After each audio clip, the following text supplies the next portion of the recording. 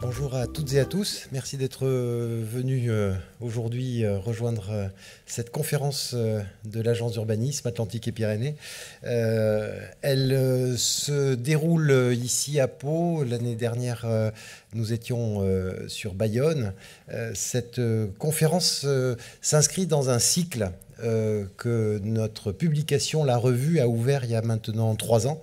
Et le cycle était un peu audacieux au début, je l'avoue, c'était de travailler sur les 4 éléments de la philosophie antique. On sait bien depuis longtemps que ces 4 éléments ne sont plus constitutifs du tout de notre environnement et de notre vie sur Terre, mais ils en sont l'émanation quelque part. À savoir, nous avions démarré par la terre, puis ensuite le feu. L'année dernière, en 2024, nous avions traité l'eau. Et cette année, le défi était de traiter l'air. Alors, il y a un grand artiste qui est décédé jeune, à 34 ans, je crois, qui s'appelait Yves Klein, et qui, début des années 60, avait travaillé sur une architecture qu'il voulait être l'architecture de l'air. Et ce monsieur Yves Klein avait entre autres écrit que l'air est le seul matériau en fait, que l'on habite. Et c'est pas faux du tout. Nous sommes entourés d'air, nous vivons grâce à l'air, nous en absorbons, nous en extrayons des dizaines de litres chaque jour, chaque seconde, sans nous en rendre compte. Donc en fait, c'est un élément constitutif complètement de notre élément, à l'intérieur comme à l'extérieur de là où nous habitons, de là où nous logeons. Alors cette revue, elle est aujourd'hui complète dans son cycle. L'année prochaine, il faudra qu'on enchaîne un autre. Mais aujourd'hui, vous avez les 4 revues qui sont disponibles également sur le site de l'Agence d'urbanisme. On a essayé de faire cette approche parce que pour nous, c'était faire un pas de côté dans l'exercice de nos métiers, aux côtés de nos membres, pour essayer d'alimenter justement une réflexion qui nous permette de revenir sur des fondamentaux. Voilà, parfois revenir sur les bases, les fondamentaux est capital dans nos métiers que l'on complexifie beaucoup et parfois un peu trop. Donc revenir sur ces fondamentaux était pour nous capital. Alors on va faire, aujourd'hui on va peut-être brasser de l'air.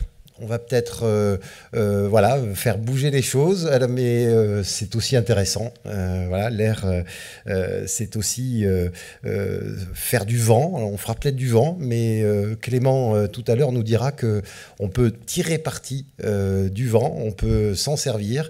Il a souvent des effets catastrophiques. Il y a quelques jours, il y a encore eu des dégâts provoqués par les effets climatiques du vent. Mais on a aussi un allié potentiel sur l'aménagement de nos villes, sur l'aménagement de nos villages et sur le fait de comment on loge, comment on habite dans notre logement. Utiliser l'air, c'est aussi un moyen moins technologique, plus naturel, plus mécanique, de pouvoir rafraîchir, aérer, ventiler nos logements. Et c'est encore un fondamental que l'on a souvent oublié. Alors pour évoquer ces sujets-là, nous avons aujourd'hui un invité qui va nous faire une conférence et 2 invités qui vont réagir aux propos de Clément Gaillard. Donc Clément Gaillard, que je vais appeler sur scène. Clément a traversé le feu pour venir nous voir aujourd'hui. Il a eu un incendie du côté de Arles, c'est ça ? Oui. Sur la ligne de train, et en fait il a réussi à traverser, donc il y a encore un lien avec les 4 éléments, vous voyez, même jusqu'ici. Donc Clément alors il m'a fait son parcours, alors je sais plus si tu es designer, urbaniste, voilà, mais enseignant également, et il assure un petit bureau d'études également dont il propose les services aux collectivités ou aux aménageurs. Il va nous raconter un petit peu tout cela, et il est un petit peu sur ce thème de la conception bioclimatique. J'oserais pas dire que tu l'as mise en avant ici en France, mais pas loin. Voilà, donc ces productions sont très intéressantes et il nous semblait passionnant de pouvoir faire en sorte qu'il échange avec vous. Vont suivre après, à la table ronde, Monsieur le maire Thierry Carrère de Buros, qui est aussi président de la communauté de communes Nord-Est Béarn, et Alain Guinaman, qui est le directeur de l'ARS départementale Pyrénées-Atlantiques. Les deux nous expliqueront un petit peu leur ressenti par rapport aux propos de Clément, échangeront avec lui, et puis nous présenterons quelques approches qu'ils ont également de cette thématique, soit en réalisation concrète pour Thierry Carrère, soit en approche analyse, conseil et projet de la part de l'ARS. Voilà, merci beaucoup pour votre présence et je laisse Clément le soin de poursuivre. Je ne sais pas, après il suffit d'appuyer sur un bouton pour qu'il défile. Non, bonjour à toutes et à tous. Merci d'être là. Merci à l'ODAP pour son invitation. On m'a demandé de vous présenter quelque chose, enfin une communication un peu sur le sujet de la ville et du vent, qui va durer, je pense, une petite 40 minutes, hein, grosso modo. Je vais mettre un chrono. Et donc pour me présenter, moi je suis urbaniste, designer de formation, urbaniste, et j'ai un bureau d'études qui s'appelle Freyo, qui travaille sur les sujets de surchauffe urbaine, de diagnostic d'îlots de chaleur, et je réalise notamment des simulations sur ces sujets. Et mon objectif, c'est d'accompagner les concepteurs, qu'ils soient urbanistes, architectes, aménageurs, sur les sujets de prise en compte de la chaleur, de l'adaptation plus généralement au changement climatique, un peu à toutes les échelles, c'est-à-dire de l'échelle urbaine jusqu'à l'échelle de l'aménagement intérieur et du mobilier. J'essaie aussi de parler de ces enjeux de conception bioclimatique, de prise en compte du climat, de les vulgariser entre guillemets sur les réseaux sociaux par l'intermédiaire de publications, parce que je pense que c'est un des enjeux aujourd'hui de faire en sorte que ces questions climatiques, elles se diffusent le plus largement possible et qu'elles ne soient pas que appropriées par des bureaux d'études et des ingénieurs, parce que voilà, on a tous une relation au climat un peu intime qu'il faut arriver à cultiver. Pourquoi parler de conception bioclimatique? Un truc tout bête qui va vous préoccuper. Aujourd'hui, on parle plutôt de problématiques de climatisation et de besoin de rafraîchissement. Ici, c'est les répartitions de la consommation d'énergie pour différentes classes de bâtiments. Vous avez à gauche les appartements et à droite les maisons. Et en fait, on voit qu'on a un petit enjeu de problématique de chauffage et de rafraîchissement. Ce sont la barre rouge pour la question du chauffage. Donc c'est un enjeu, effectivement, quand on parle de prise en compte du climat, un enjeu tout bête auquel on pense souvent, qui est de faire des économies d'énergie. On a un autre enjeu qui est à mon sens culturel et qui me tient aussi beaucoup à cœur, c'est le fait qu'avec le XXe siècle et tous ces développements qu'on a pu connaître, il y a eu aussi une disparition d'un certain type d'architecture qu'on appelle l'architecture vernaculaire, c'est-à-dire l'architecture qui renvoie à un lieu, qui renvoie à une culture aussi locale. Aujourd'hui, pour vous faire une idée, on est plutôt passé à ça, c'est-à-dire qu'indépendamment du pays dans lequel vous vous trouvez, vous allez avoir une architecture qui est générique, une architecture internationale, qui en fait ne peut exister qu'à grand renfort d'énergie pour être chauffée, pour être climatisée, et qui est comme ça une espèce d'architecture assez anonyme qui malheureusement en fait s'est développée et continue de se développer. On a un autre enjeu, ça je ne vais pas vous le refaire, on a une question de changement climatique qui se pose, qui est déjà en cours, qui va transformer un peu radicalement nos climats dans le futur, avec un enjeu de réchauffement, de bouleversement des précipitations. Et ça, c'est quelque chose que je pense qui est important à rappeler, c'est que les villes dont on hérite ont été conçues pour un climat qui n'existera plus. Ça, c'est important de le rappeler. Donc, on a tout un enjeu de comment est-ce qu'on peut transformer nos villes existantes pour les adapter au changement climatique. Donc aujourd'hui, je vais vous parler de trois choses. D'abord de la question de l'îlot de chaleur urbain, parce que c'est une thématique importante qui est en lien justement avec les enjeux de vent et de ventilation. Ensuite, je parlerai de la place de la ventilation pour rafraîchir. Et après, je parlerai d'une étude de cas sur Arles qui concerne plutôt le cas des villes patrimoniales, parce qu'on a un enjeu aussi de transformer les centres anciens. Donc l'îlot de chaleur et ses impacts. C'est quoi le phénomène d'îlot de chaleur urbain? Je pense que vous avez toutes et tous entendu parler du sujet déjà au moins une fois. La définition de l'îlot de chaleur urbain, c'est le fait que les températures de l'air soient globalement plus élevées dans les zones urbanisées que dans les zones rurales environnantes. Ce qui est important, c'est de retenir la notion de température de l'air. C'est vraiment ça qui va jouer. C'est cette différence qu'on va observer. De l'ordre de 2 à 4 degrés en moyenne, mais ça peut atteindre par exemple 10 degrés. L'îlot de chaleur de la métropole parisienne atteint 10 degrés entre ce qu'on trouve dans le centre-ville et dans la campagne environnante. D'où vient ce terme d'îlot de chaleur? Ça peut être intéressant, c'est qu'en fait, on parle d'îlot de chaleur, l'anglais c'est Heat Island. Il y a une analogie entre les courbes de température qu'on observe quand on regarde une ville. Ici par exemple, vous voyez que le centre de la ville est beaucoup plus chaud que la périphérie. Et en fait, ça ressemble à des courbes de niveau, comme si on regardait en fait un îlot. isolé. Donc le terme d'îlot de chaleur, pour les urbanistes, il ne vient pas de la notion d'îlot, de découpage de la parcelle, mais il vient d'une espèce d'analogie entre des courbes de niveau et des isothermes qu'on peut observer. Quand on parle d'îlot de chaleur, on peut se dire oui, mais une petite commune n'est pas forcément soumise au phénomène d'îlot de chaleur. En fait, si on sait depuis les années 70 que, en fait, dans les climats tempérés, c'est la courbe que vous avez juste à gauche, plus une ville va être peuplée, plus l'intensité d'îlot de chaleur, plus la différence de température entre l'intérieur de la ville et la périphérie va être importante. Et donc on peut comme ça tracer une courbe. En gros, plus on va avoir une ville peuplée, plus l'intensité de cet îlot de chaleur va être importante. Donc même une petite ville va être soumise à ce phénomène d'îlot de chaleur, alors, moins d'intensité, mais elle va aussi le subir.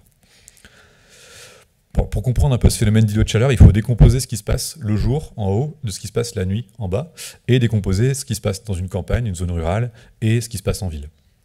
La journée, en fait, vous avez une quantité d'ensoleillement donnée qui va tomber sur, à gauche, la campagne. Quand cet ensoleillement tombe sur le sol, tombe sur les végétaux, en fait, une partie de la chaleur transmise par l'énergie solaire va être convertie, va être transformée en chaleur latente par l'évapotranspiration. C'est les flèches bleues que vous voyez ici. C'est-à-dire qu'une partie de cette chaleur va être, d'une certaine manière, transformée, et c'est grâce à ça que les végétaux maintiennent leur température. Quand vous arrivez sur une ville, c'est un peu différent. Vous avez moins de plantations, moins de végétaux, moins d'évapotranspiration. Et donc cette chaleur, elle va être captée, absorbée par les matériaux minéraux. Et elle va être comme ça accumulée, un peu comme une pile qui accumulerait la chaleur comme ça toute la journée. Et donc quand on regarde la nuit, la campagne, elle aura dissipé une grande partie de sa chaleur pendant la journée. Donc elle va continuer à se refroidir par rayonnement, c'est-à-dire en fait par échange de chaleur avec le ciel. Et en fait en ville, vous avez toujours cette chaleur qui va être réémise vers l'air et qui va en fait être piégée parce que la forme urbaine va aussi piéger les échanges par rayonnement.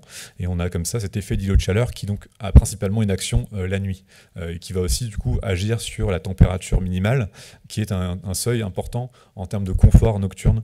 Je reviendrai après sur les impacts sanitaires de la chaleur. Quelque chose aussi d'important à comprendre, c'est qu'en général, en climatologie, on distingue 4 échelles de climat. Vous avez le climat global, qui est le climat qui est régi par les grandes circulations atmosphériques et marines. C'est celui qui est modélisé à grande échelle.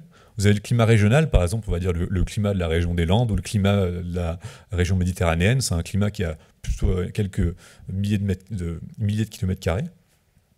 Vous avez un climat local, par exemple le climat de la ville de Pau va être différent de ce qu'on peut trouver à Bayonne. Et puis nous, en tant que concepteurs, on travaille à l'échelle du microclimat, c'est-à-dire vraiment à des plus petites échelles, à l'échelle de la place, tout ça.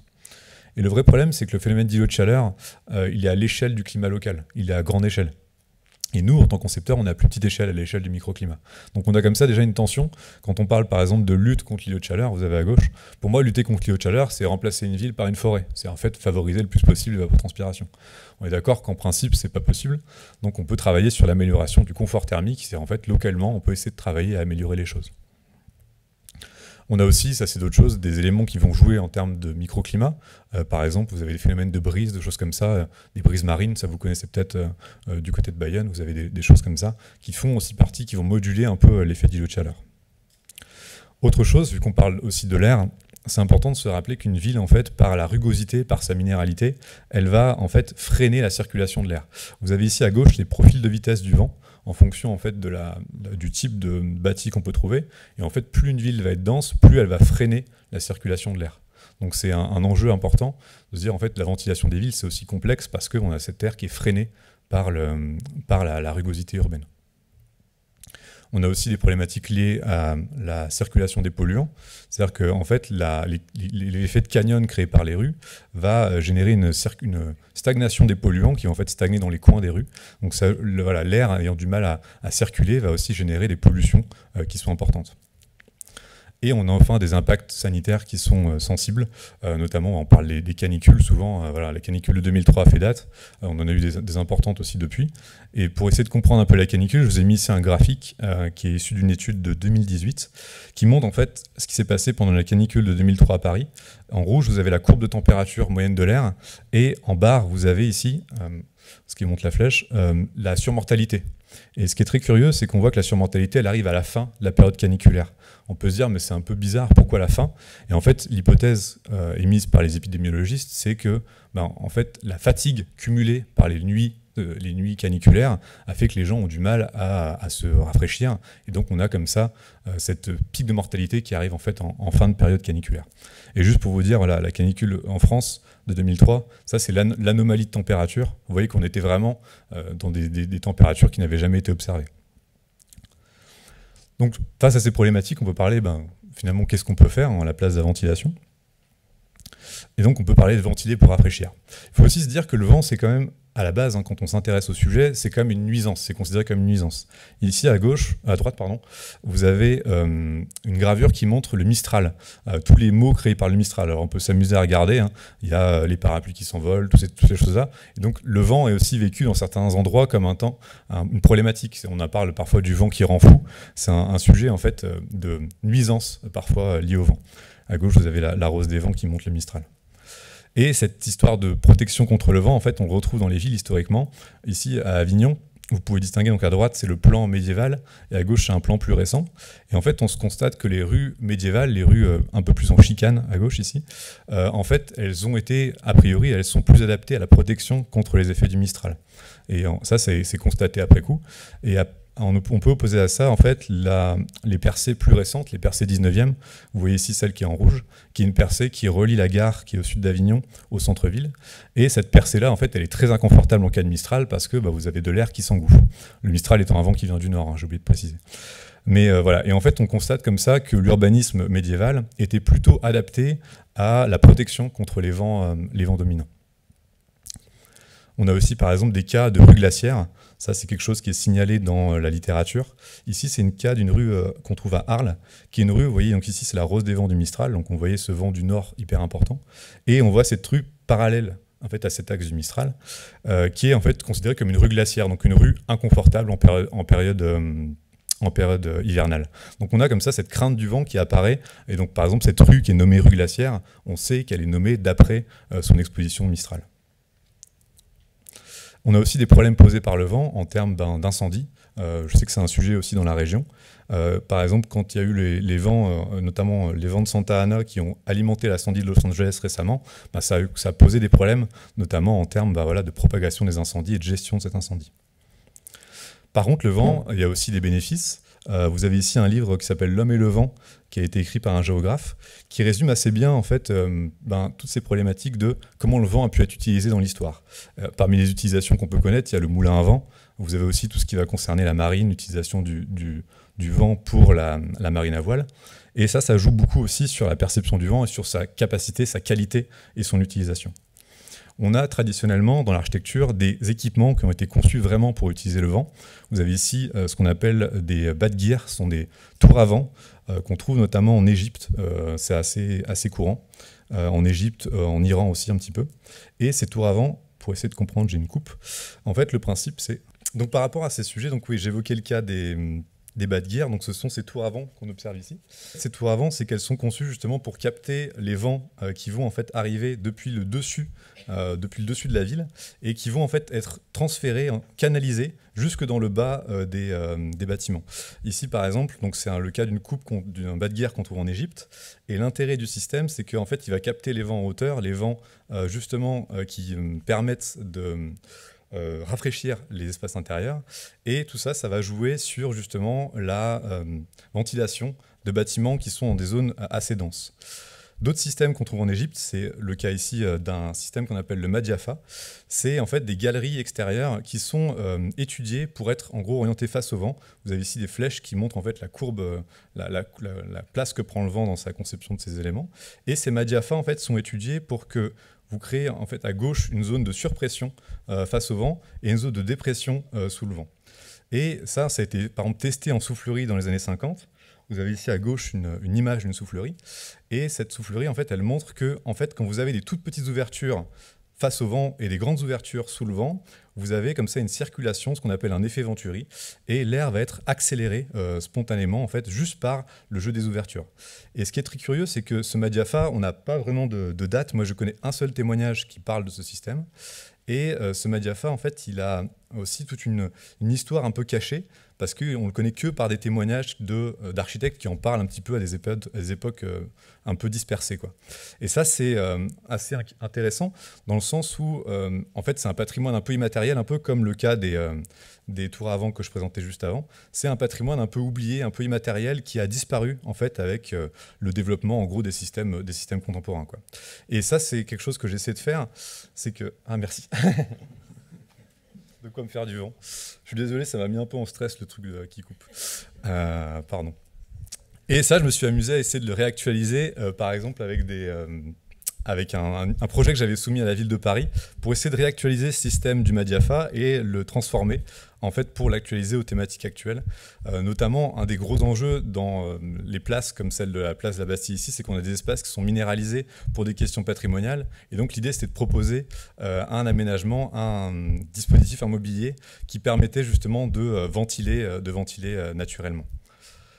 On a d'autres thématiques aussi qui sont liées à la ventilation, parce qu'un des enjeux, c'est de faire en fait comment est-ce qu'on fait sans vent. Et ce qu'on observe par exemple dans le cas des bâtis anciens, notamment le cas de la ville de Nice, ici c'est une coupe de la ville de Nice, donc le vieux Nice, qui est un quartier ancien, on se rend compte en fait que traditionnellement, quand on étudie des témoignages d'habitants, il existait une pratique qui consistait à arroser en fait les rues. Vous avez ici une image juste à gauche, à arroser les rues en fin de journée pour en fait les rafraîchir, et ça contribuait en fait à diminuer la température de surface de cette rue et de du coup créer ce qu'on appelle un effet de cheminée, c'est-à-dire en fait un tirage thermique entre le point bas et le point haut des cours intérieures. Ça, c'est des typologies qu'on observe seulement dans des bâtis très denses, très étroits. Vous avez ici une image d'une cour intérieure niçoise. Donc, vous voyez, c'est des cours qui sont très ombragées, très étroites. Et en fait, la surchauffe, elle va se créer vraiment au niveau du point haut de la cour. Et ça va générer du coup une différence de température importante entre le point haut et le point bas. Et plus cette différence de température est élevée, plus en fait on va avoir un phénomène de tirage thermique naturel comme dans une cheminée. Et ça, c'est encore une fois quelque chose qui sont liés vraiment à des témoignages assez discrets dans l'histoire, c'est-à-dire qu'il n'y a pas de travaux de recherche vraiment sur le sujet de la ventilation du Vieux-Nice, c'est vraiment des témoignages récoltés au fur et à mesure de recherche qui permettent de reconstituer ce truc-là.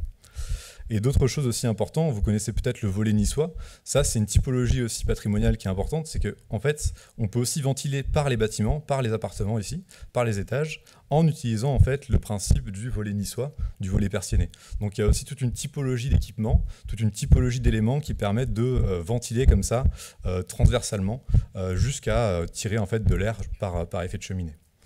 On a enfin une autre typologie qu'on voit ici, qui est la typologie de l'imposte ventilable. L'imposte, ça permet justement de préserver le passage en fait, de l'air tout en limitant l'accès des personnes. Donc c'est une typologie aussi qui est étudiée pour en fait, permettre de conserver l'accès de l'air tout en limitant en fait, les risques d'intrusion qui sont un peu les gros risques quand on fait de la ventilation naturelle historiquement. On a d'autres typologies qu'on observe un peu dans le cas d'autres régions, d'autres coins de la région méditerranéenne. Ici, c'est l'île de Korčula en Croatie. Et en fait, là, on voit une typologie aussi qui est importante. Vous avez à droite la rose des vents annuelle. Et cette typologie, elle montre justement une répartition assez intelligente des espaces. Vous avez des rues qui vont être complètement perpendiculaires au vent, les rues principales un peu en arête de poisson. Et vous avez une rue centrale, une espèce d'arête centrale, qui, elle, va être parallèle au vent. Et on voit ici dans cette typologie urbaine, donc une typologie vraiment de petits bourgs, quoi, plutôt sur des zones côtières. On voit ici une intelligence, encore une fois, qui est documentée que a posteriori par l'intermédiaire d'observations qui sont faites ensuite. On se rend compte qu'il y a ici une répartition entre une stratégie d'hiver et une stratégie d'été. La stratégie d'été, ça va être justement d'avoir cet axe principal ventilé, cette espèce d'arête principale, et la stratégie d'hiver, c'est au contraire d'avoir des rues qui vont être très étroites et bien abritées en fait, de ces vents dominants qui sont ici plutôt du nord. Donc on peut lire comme ça dans la forme urbaine une intelligence de conception par rapport au vent. D'autres choses aussi, ce qui est important de se dire, c'est que le vent, c'est aussi une question de masse d'air. Et notamment, vous connaissez peut-être dans les vallées, on a des effets de vent catabatiques, ce sont les vents qui vont descendre le long des vallées la nuit et qui vont en fait créer des poches d'air froid, notamment les agriculteurs n'aiment pas ça pour les questions de gel. Et justement, je voulais vous parler d'une étude qui est assez ancienne, des années 1930, qui concernait le cas de la ville de Toronto, On voit le graphique juste ici, et qui a consisté à étudier la température moyenne dans la ville de Toronto la nuit sur plusieurs séquences. Et ce qu'on observe assez bien, c'est qu'à proximité du lac Ontario ici, on a des températures minimales qui sont relevées pendant la nuit, et au fur et à mesure qu'on s'éloigne de ce lac, on voit que la température baisse, elle baisse, et le point le plus bas, c'est ici. Là, on a ici la courbe topographique, c'est le point le plus bas de la ville qui se retrouve être le point le plus froid. Et ça, c'est une observation qui a été faite encore une fois a posteriori sur la ville de Toronto. Et ce qui est curieux, c'est que les climatologues qui ont travaillé sur cette étude se sont dit, mais en fait, c'est très bizarre, si on avait fait des mesures avant de concevoir Toronto, on n'aurait peut-être pas urbanisé de la même manière le fond de vallée ici, qui a des besoins de chauffage 2 fois plus élevés que ceux qui se trouvent à proximité du lac Ontario. Donc il y a aussi cette idée, quand on constate a posteriori des éléments liés au vent, au relief, etc., qu'on pourrait optimiser beaucoup plus en amont la conception urbaine pour réfléchir un peu stratégiquement aux points les plus appropriés, on va dire, au rafraîchissement. Autre thématique importante, ça je vous ai mis des illustrations anciennes pour vous dire aussi que ces questions climatiques, ces questions de prise en compte du vent, on en parle beaucoup aujourd'hui, mais en fait c'est relativement ancien. Ça c'est un papier de 1947 de Helmut Landsberg, qui est un climatologue qui a travaillé sur l'adaptation de la ville, qui s'était intéressé au sujet juste après la guerre, et lui a notamment travaillé sur l'illustration de différents phénomènes à destination des concepteurs et à destination des mairies aux États-Unis à l'époque. Ce n'est pas les mairies, hein, c'est les communautés locales. Et il voulait justement vulgariser ces sujets de prise en compte du vent. Et notamment, parmi les sujets importants dans les villes côtières américaines, vous avez aussi la brise de mer et la brise de terre, qui sont souvent des éléments qui sont négligés. Et on voit ici une illustration. Voilà, quand on commence à positionner des bâtiments perpendiculairement à ces brises de mer et ces brises de terre, on se retrouve en fait à créer des obstacles à la ventilation des bâtiments qui vont être par exemple plus en amont. D'autres choses aussi, on a des problématiques, ce que j'évoquais, liées à la circulation de l'air dans les zones encaissées. Ça, c'est ce qui illustre en fait ces différentes images, en fait, avec les différents pics de température qui vont dépendre en fonction de l'emplacement de la ville par rapport à la topographie du lieu. Un gros progrès qu'on a eu dans les années 50, c'est l'apparition des simulations, des modélisations liées à la soufflerie. Ici, c'est l'illustration de comment ça fonctionne. En fait, en gros, on met une maquette dans un immense couloir avec un gros ventilateur. On met des traceurs avec de la fumée. Et en fait, on va pouvoir suivre comme ça la circulation des masses d'air pour essayer de comprendre en fait où se passent les zones de surpression et les zones de dépression. Vous avez ici, par exemple, une illustration intéressante sur la place des hauts vents, des protections solaires qu'on peut avoir sur des ouvertures, parce que en fait, on s'est rendu compte en faisant des simulations en soufflerie dans les années 50 que les hauts vents avaient tendance à modifier la circulation de l'air dans le cas de ventilation traversante. Et ici, c'est exactement la même situation, sauf que le haut vent ici est plein, et là le haut vent a été légèrement percé. Et le fait de percer le haut vent juste dans sa partie au rais de la façade, ça va équilibrer les pressions de part et d'autre, et donc en fait la masse d'air va se retrouver beaucoup plus canalisée vers le bas que ici. En fait, on a une zone de dépression qui est trop importante, qui va faire en sorte que la masse d'air va monter. Ça, c'est important, tous ces détails, parce qu'une des grosses difficultés de la prise en compte du vent, c'est son côté chaotique dans son comportement. Et on l'observe ça très, très couramment, et notamment, c'est pour ça qu'on mobilise beaucoup des modélisations, soit en soufflerie, et aujourd'hui plutôt des modélisations numériques. Autre illustration, je vous disais juste avant, ici par exemple, si on veut travailler sur la vitesse du vent, une des problématiques, c'est d'arriver à ventiler et à créer une vitesse de l'air suffisante. Ce qu'on observe, c'est justement sur la base des souffleries, quand on a 2 ouvertures de même taille, on a un débit d'air qui est maximal. Par contre, si on fait une ouverture plus petite sur la face au vent et une ouverture plus grande sur la face sous le vent, on va avoir une accélération du flux d'air qui va être naturellement produite. Et ça, pareil, ça a des applications très concrètes dans la conception des bâtiments. Un gros progrès qui a été fait dans les années 70, c'est le développement par un architecte et ingénieur qui s'appelle Baruch Givoni des simulations pour la ventilation de bâtiments mono-orientés. Parce qu'on est ici dans un cas où on a de la ventilation, on a 2 façades, donc la ventilation est relativement simplifiée. Le vrai souci, c'est comment est-ce qu'on fait sur des bâtiments mono-orientés. Et en fait, on s'est rendu compte, encore une fois avec des modélisations en soufflerie grâce aux travaux de Givoni, qu'on pouvait créer de la ventilation de locaux mono-orientés. Ça, c'est hyper intéressant pour notamment des questions de rénovation de bâtiments. Ici, en fait, on crée une zone de surpression face au vent et une zone de dépression sous le vent qui va permettre en fait de générer un flux d'air dans des locaux mono-orientés. Donc, pour donner une illustration, ici, vous avez 2 saillies qui vont être mises, donc une qui va créer une surpression à gauche et une qui va créer une dépression. Et donc le mouvement d'air en fait va suivre les flèches qui sont indiquées juste là, et on va pouvoir comme ça ventiler, faire de la ventilation de locaux mono-orientés. Ça, c'est un progrès considérable parce que ça vous dit, en fait, on peut aussi arriver à résoudre des problématiques de ventilation simplement en travaillant sur des systèmes de saillies, d'éléments qui vont faire, je vous dis ici, des zones de surpression et des zones de dépression. Et ça vous donne aussi une idée un peu de la complexité de ce phénomène du vent, la complexité de sa prise en compte, parce que l'aérolique, je vous dis, voilà, ça a toujours un comportement un tout petit peu chaotique. Je voulais terminer par deux exemples un peu iconiques de conception en fonction du vent. Un premier, c'est l'exemple de la ville de Chandigarh. Je ne sais pas si vous connaissez, qui est une ville dont la conception, le plan est attribué à Le Corbusier. Et en fait, la base, la ville de Chandigarh n'a pas été conçue par Le Corbusier, mais par deux architectes américains qu'on voit ici, Mayer et Nowicki. Et ces deux architectes ont été mandatés pour créer Chandigarh, qui est une ville nouvelle, qui est créée vraiment après l'indépendance de l'Inde, qui est une ville qui est vraiment conçue à partir de rien, quoi. Et ils ont l'idée de s'associer à Landsberg, l'architecte, enfin le climatologue que j'évoquais juste avant, qui lui en fait est spécialisé justement dans la climatologie appliquée et la prise en compte du climat pour la conception. Et Landsberg en fait va étudier la rose des vents. Donc ici c'est la rose des vents de la région de Chandigarh. Vous voyez qu'on a un vent dominant d'origine nord-ouest et un autre plutôt secondaire origine sud-est. Et ça va lui donner la trame principale de la ville de Chandigarh. Vous avez ici juste le plan qui a été fait par Landsberg sur la base de ça. Et on voit cette trame inclinée qui va en fait reprendre en fait la direction principale des vents.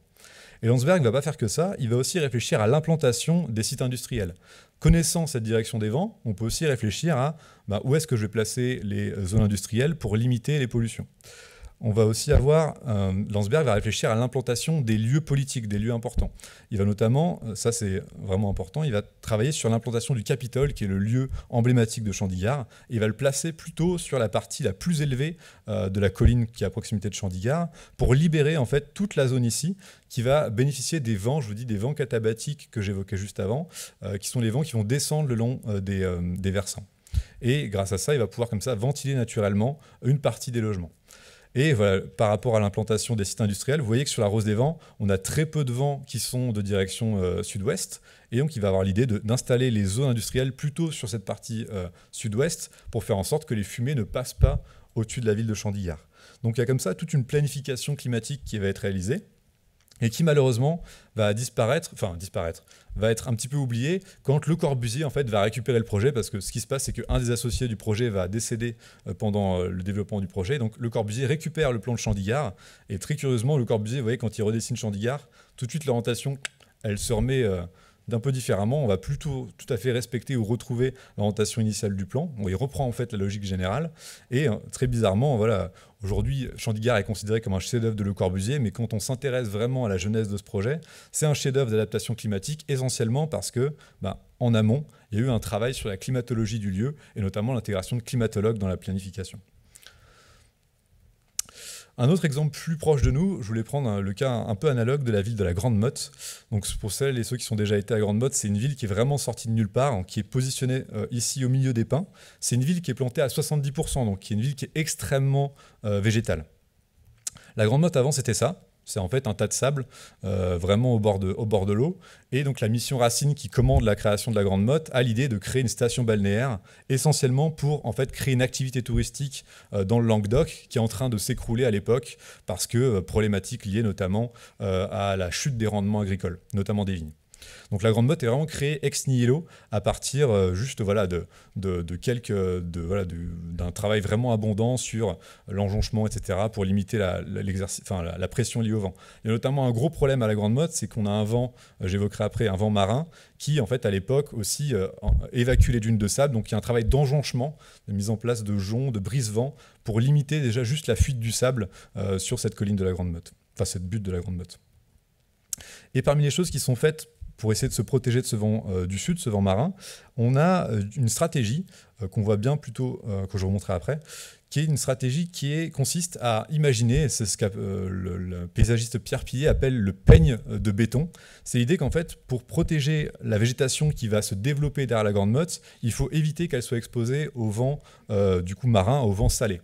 Et il va du coup disposer les bâtiments en quinconce le long de la côte pour en fait limiter et créer des obstructions dans la circulation du vent. Il va générer des turbulences. Et ça va être relativement efficace. C'est que quand on voit sur les photos actuelles, en fait, la végétation de la Grande Motte est plutôt en bonne santé parce qu'elle est bien protégée. On voit ici, cette partie-là, par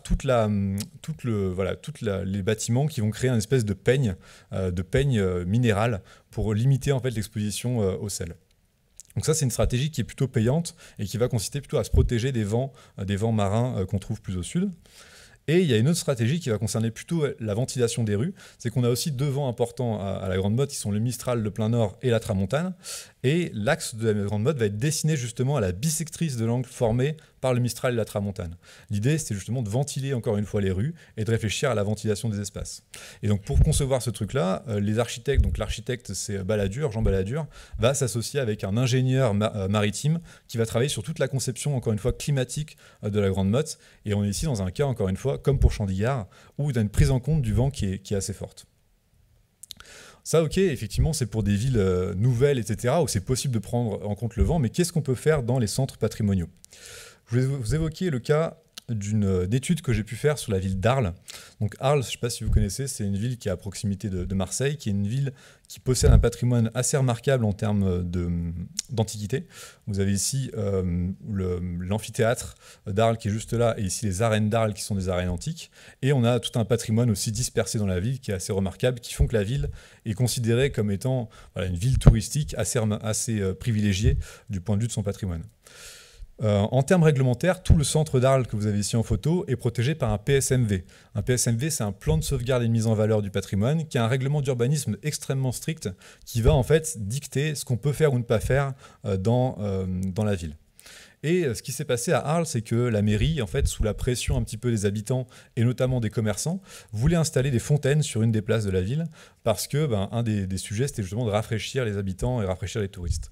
Sauf que ces fontaines n'existaient pas initialement dans la ville et il y a eu un avis défavorable des architectes des bâtiments de France qui a refusé l'installation de ces fontaines. Il y a eu un conflit entre la DRAC, dont dépend l'ABF, et la ville d'Arles.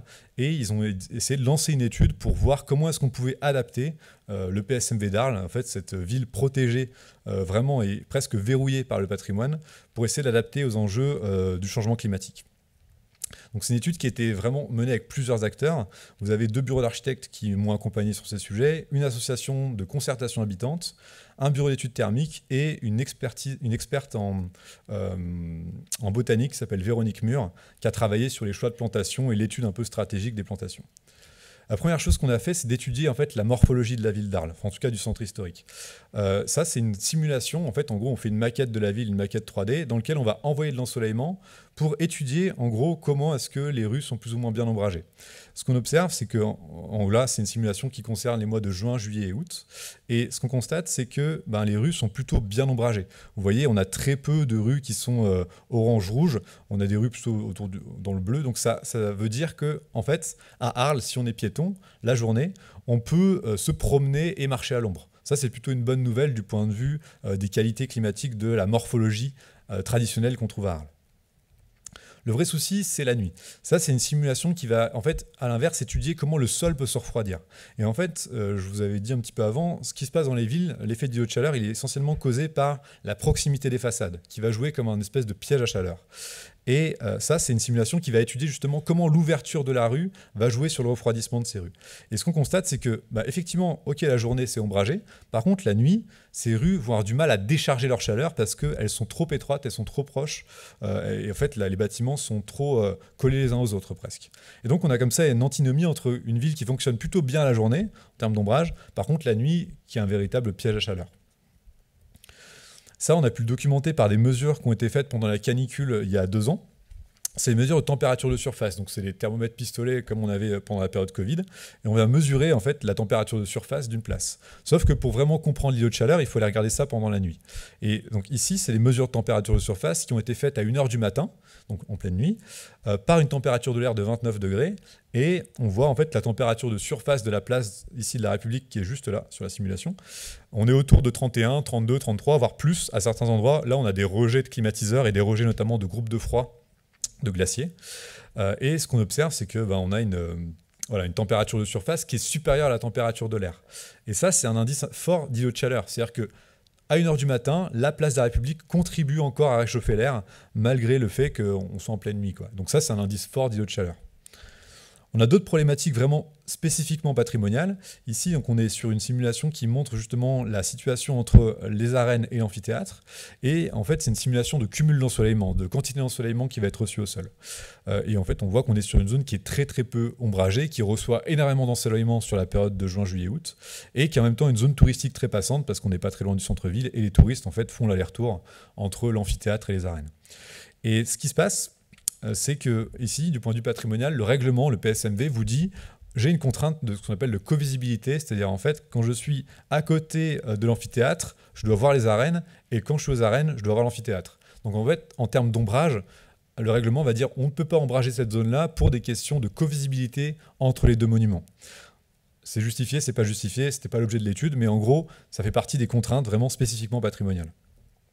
Tout ça, ça fait l'objet d'un diagnostic qui a été remis à la ville d'Arles pour dire, ok, pour essayer de comprendre le truc, on va déjà essayer de voir comment est-ce que la ville, quelles sont les qualités de la ville, quelles sont ses problématiques, etc. Et ça, c'est l'idée de faire un bon diagnostic de base pour ensuite engager le projet.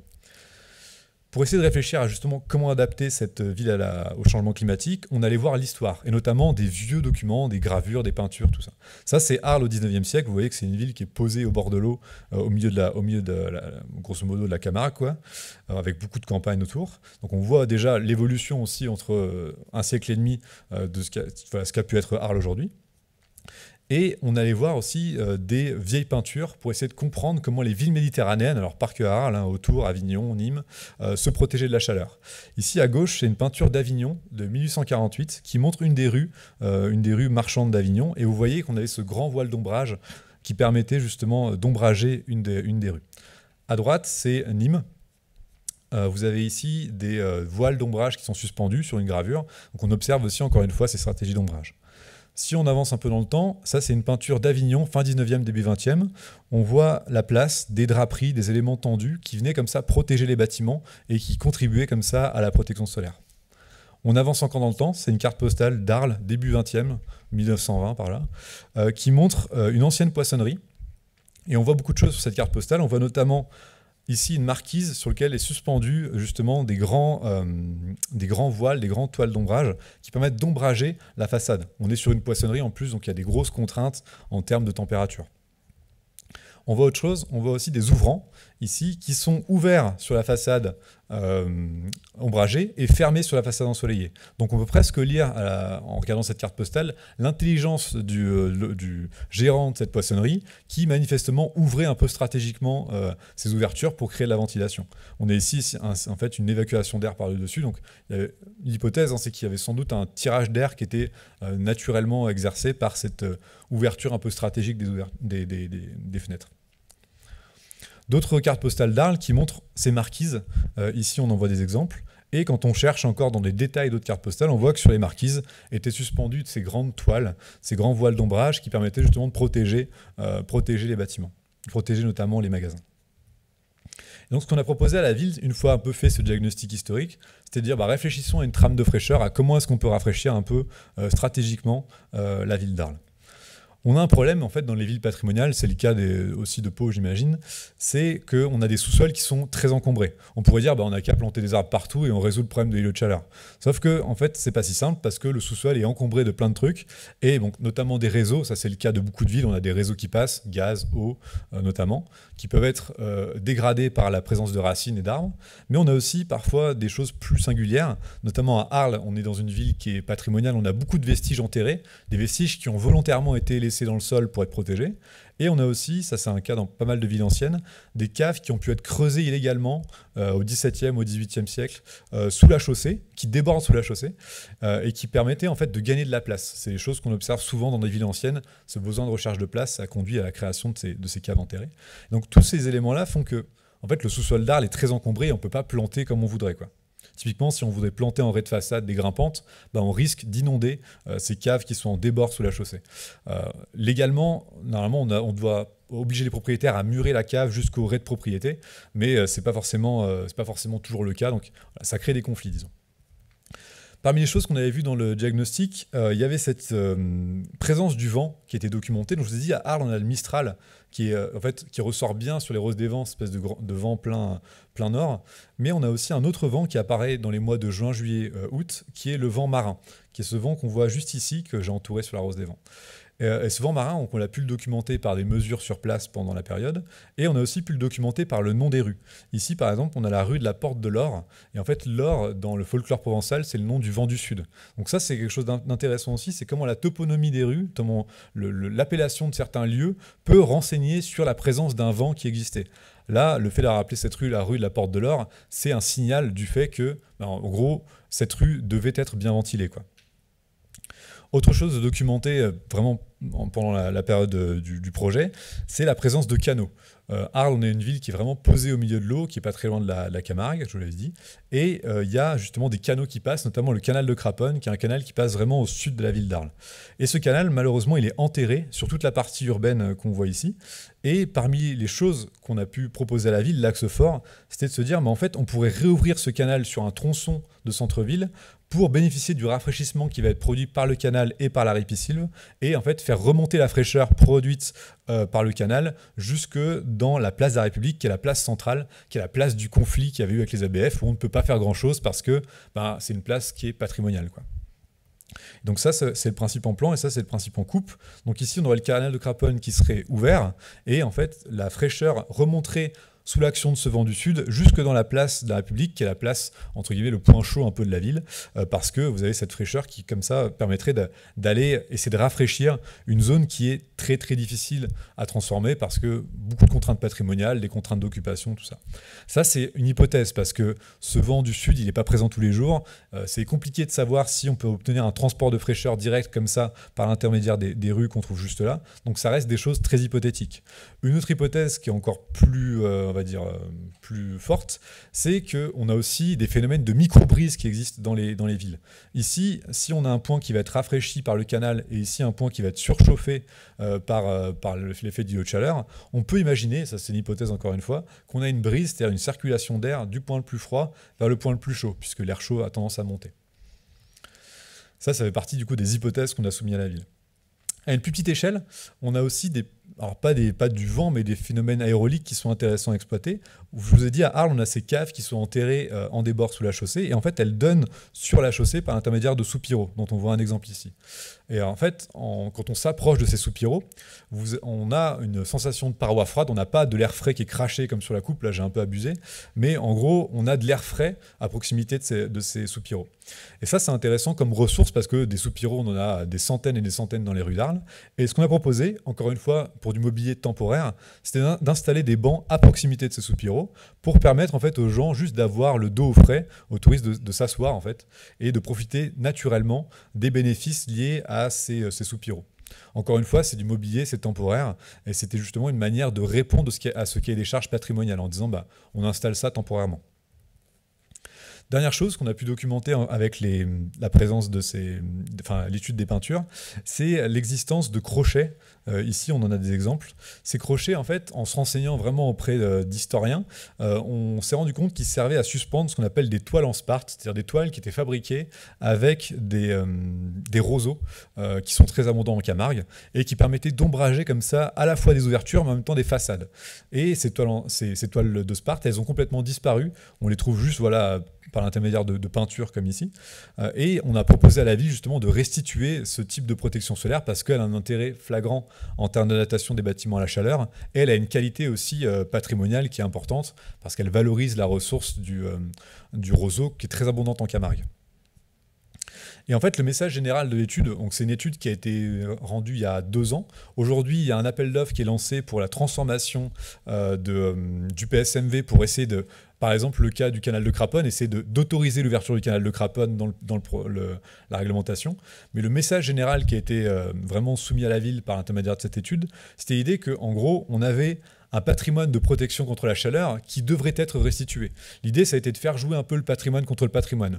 Aujourd'hui, on a des réglementations patrimoniales qui bloquent l'évolution des villes, sauf que si on va voir l'histoire des villes, on se rend compte qu'il y avait des patrimoines de protection contre la chaleur un peu immatériels, un peu oubliés, qui existaient, et d'une certaine manière, on peut comme ça revaloriser ce patrimoine et le défendre dans une optique d'adaptation des villes à la chaleur.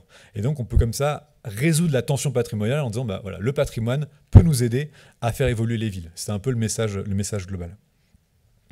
Voilà, par exemple, hein, ici c'est un exemple d'Arles. On a aussi un autre type de protection solaire à Arles qui s'appelle le volet à double lame croisée, qui est une typologie qu'on retrouve à Arles, à Aix-en-Provence, qui est un volet qui est plus épais que le volet traditionnel.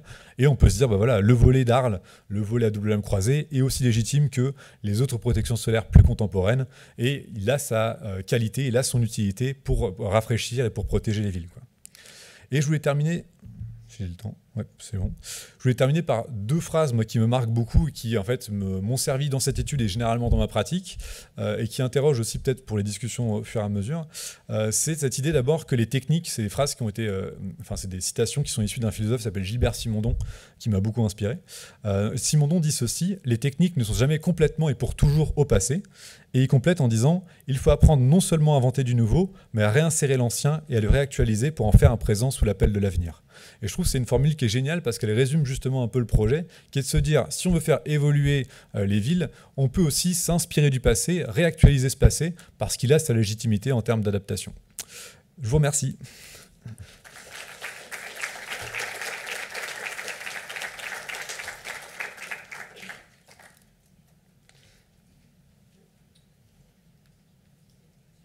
Un, deux.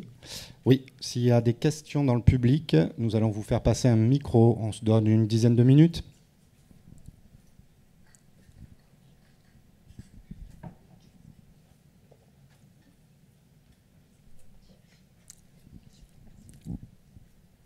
Merci. Moi, j'ai une question sur... du coup, vous avez parlé de conflits avec les ABF. Ils ont été résorbés, ces conflits, pour partie, c'est en cours. Dans quel type d'espace avez-vous discuté?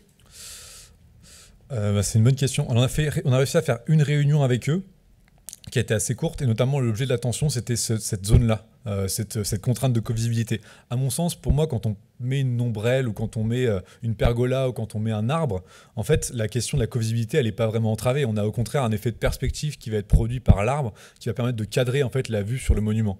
Donc les discussions, ça concernait un petit peu de dire finalement comment est-ce qu'on arrive à conserver cette covisibilité tout en mettant des arbres.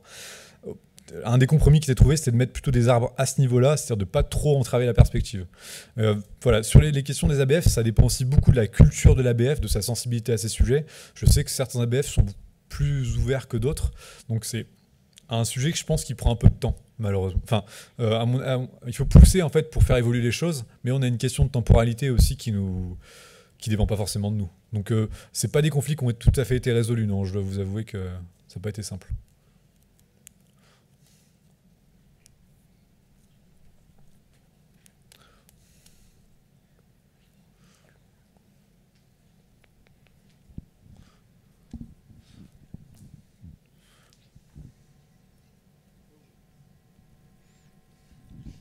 Tu as évoqué des cas sur Nice, sur les bâtiments avec les ventilations. Il existe un système assez similaire sur le centre de Bayonne, en fait, hein, où tu as des immeubles comme ça qui sont de rue à rue avec une cour, enfin un escalier central. Et il y avait un haut vent, en fait, qui couvrait la toiture et qui prenait le vent par ce haut vent au-dessus du vélum de toiture et qui circulait dans la cage d'escalier, ressortait par la rue, par le même système de petits que tu avais ici et qui était. Et il y a eu un cas d'immeuble qui a été restauré comme ça sur Bayonne, qui a été conservé par l'architecte des monuments historiques de Alexandre Mélicinos à l'époque. Et c'est vrai que le système n'a pas été reproduit aujourd'hui. Est-ce que ces immeubles anciens, ce système sur Nice, que je pense existait à peu près similaire sur Bayonne, tu l'as retrouvé dans d'autres structures urbaines, à Toulouse ou ailleurs? Je ne sais pas si à Pau, il y a ces dispositifs-là qui existent également. Malheureusement, je ne l'ai pas retrouvé ailleurs. Je sais que la pratique d'arrosage des rues est courante en Méditerranée. C'est vrai qu'il y a beaucoup de témoignages qui reviennent là-dessus, à la fois pour fixer les poussières et aussi pour rafraîchir. Donc je pense que c'était relativement courant, mais encore une fois, j'ai pas trop insisté là-dessus, mais même en s'intéressant au sujet, il y a une vraie difficulté à documenter ces questions-là. C'est-à-dire que le cas de la ventilation de Nice, il y a un article à ma connaissance qui en parle et qui l'évoque, mais c'est à peu près tout, quoi. Donc il y a une vraie difficulté à... Ça pose une question aussi de transmission de génération en génération, à pas perdre la mémoire de ces techniques-là. C'est-à-dire que j'ai réussi à trouver un habitant de Nice qui m'a parlé un peu de ça. Il me disait oui, je me rappelle que ma grand-mère me disait d'aller arroser le soir. Pour elle, c'est sa manière de mettre la clim, quoi. Vous voyez, ce témoignage-là, il est hyper précieux. J'aimerais bien en avoir genre plusieurs, quoi. Mais c'est difficile de documenter toutes ces choses-là. Il faudrait en fait aller enquêter sur place à chaque fois. C'est un travail de sociologie important qui pourrait être vraiment chouette, mais que j'ai pas pu faire. Donc malheureusement, je ne sais pas pour d'autres villes, mais cette typologie en tout cas de la cour intérieure, de la rue étroite, en fait, on la retrouve dans beaucoup de centres, donc elle pourrait tout à fait être courante. Et je sais par contre, ça c'est pour un autre territoire, rien à voir, mais que la pratique de l'arrosage des rues, elle a au Japon par exemple une origine qui est assez bien identifiée. Il y a une pratique qu'on appelle l'ushimizu, qui consiste à arroser les rues en fin de journée et qui en fait fait toujours partie de la tradition de certaines régions. Notamment les Japonais ont été les premiers à travailler, à réfléchir à l'automatisation de l'arrosage des rues pour le rafraîchissement. Bon, ça marche pas très bien, mais c'est intéressant, à documenter, quoi.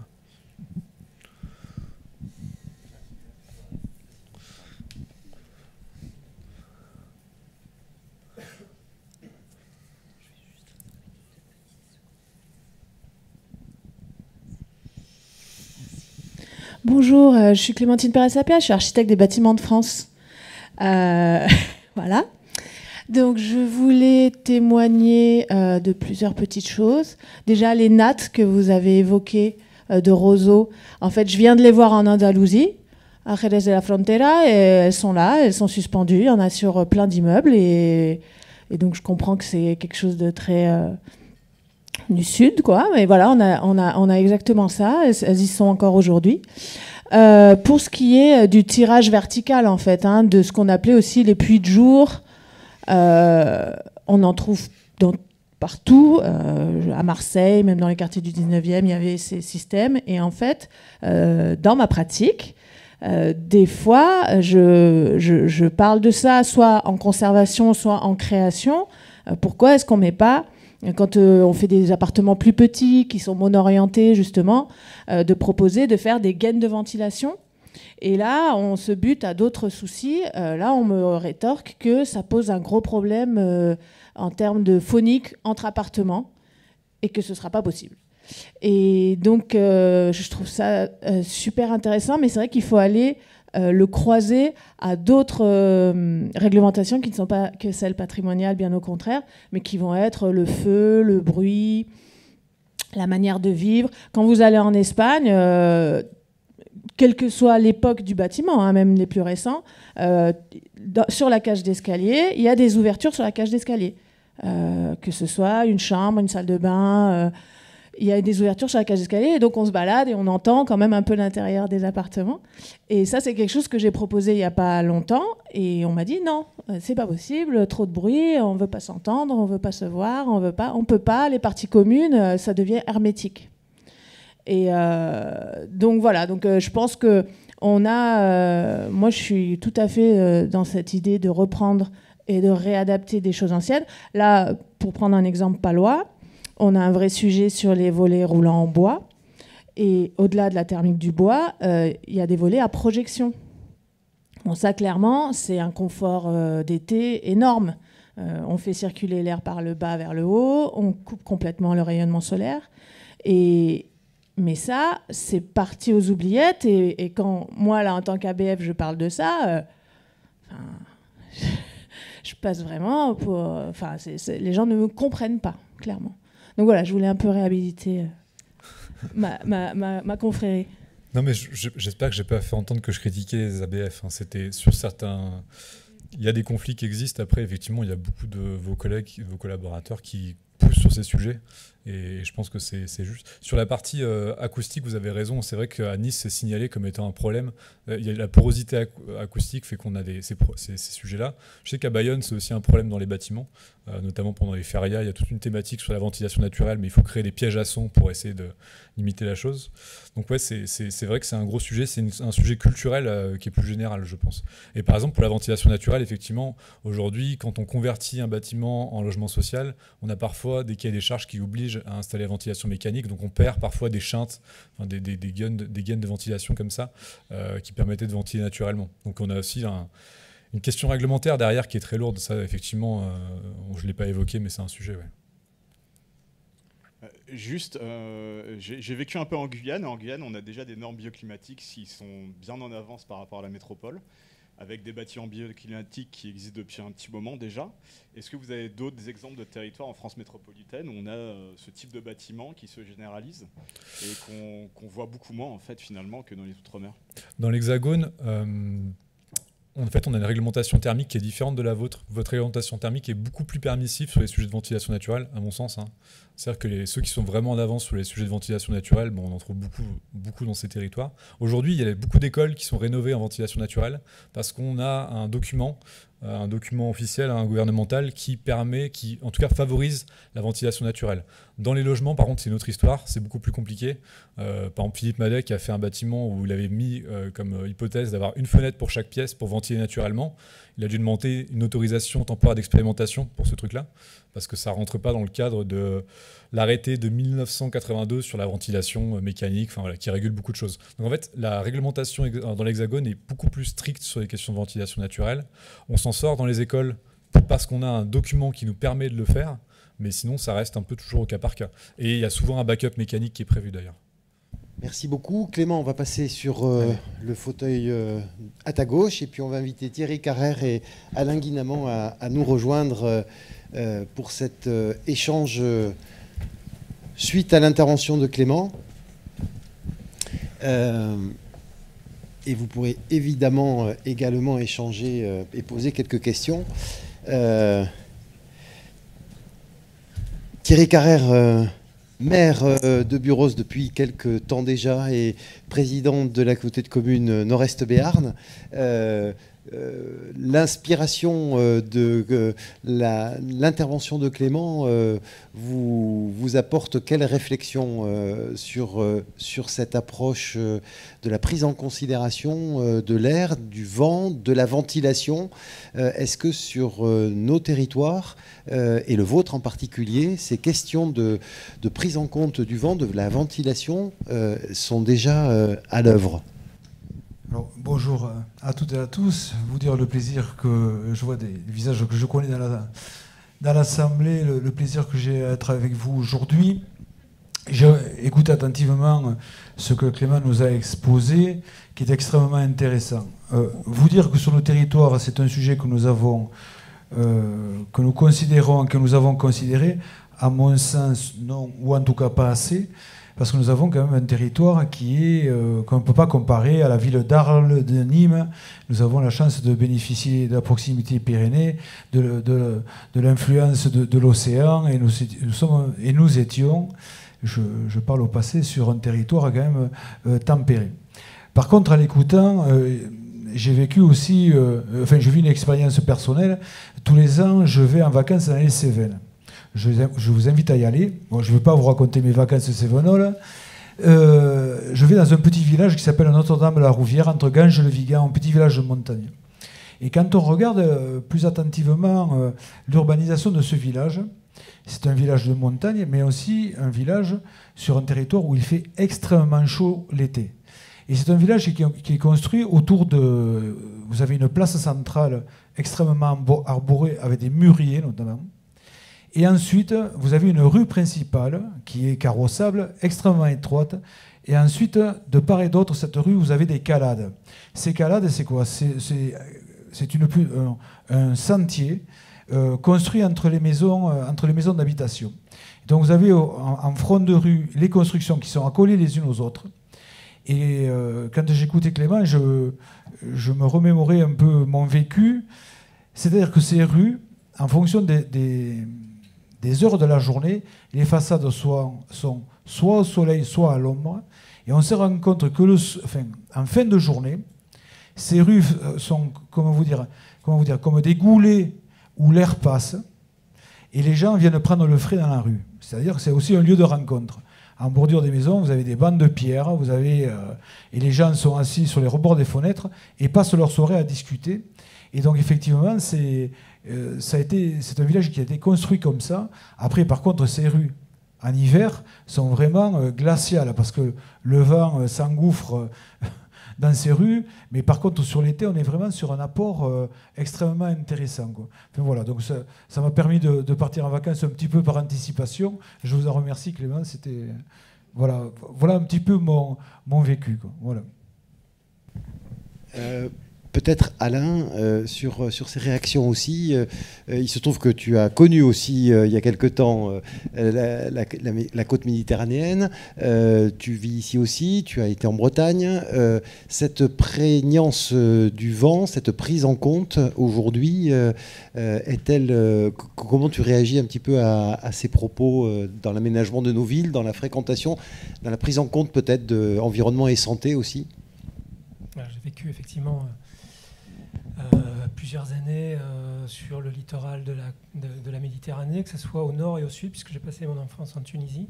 Et j'ai le souvenir des jours de Sirocco, lorsque le vent remontait avec le sable dans les villes. Et effectivement, cette sensation d'oppression. Alors, moi, c'est vraiment des impressions, hein, que je retiens, et je vais même partir de la phrase de la fin là, de Gilbert Simondon.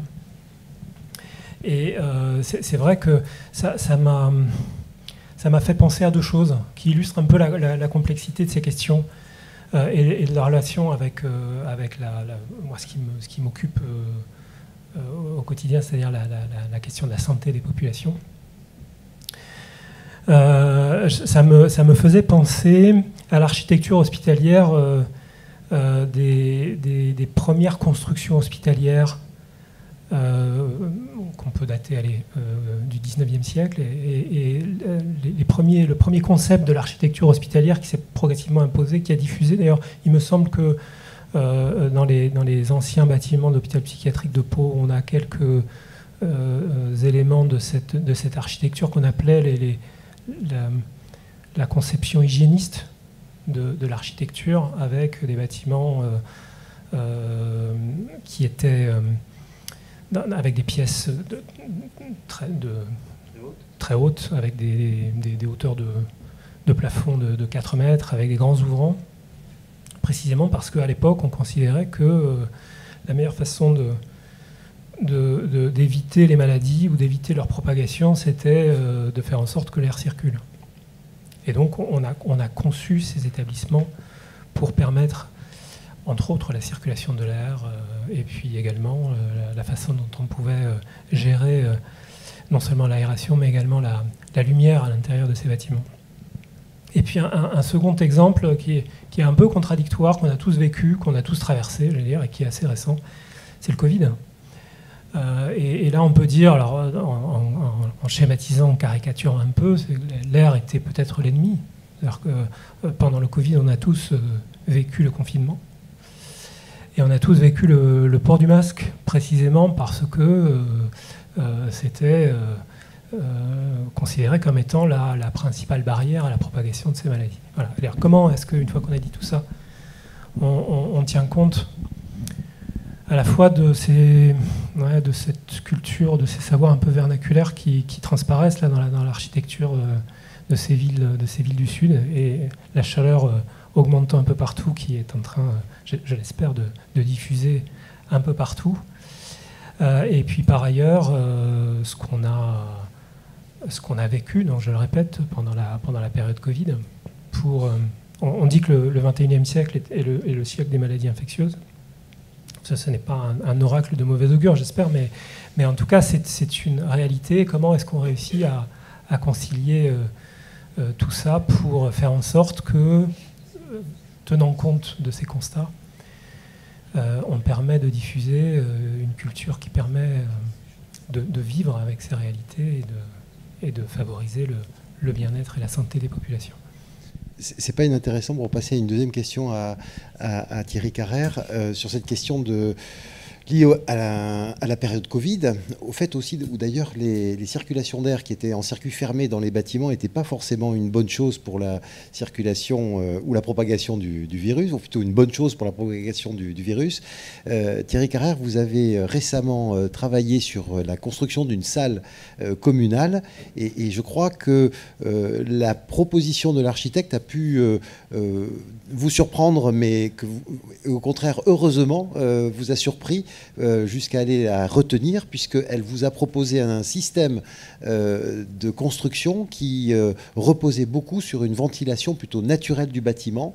Et ce n'était pas habituel dans ce que vous avez vu comme autre proposition au cours de ce concours d'architectes. Vous pouvez nous en parler un petit peu ? Oui, en quelques mots, simplement une expérience d'élus très terre à terre. Nous, à Buros, nous avons souhaité mettre en œuvre et construire une maison des associations.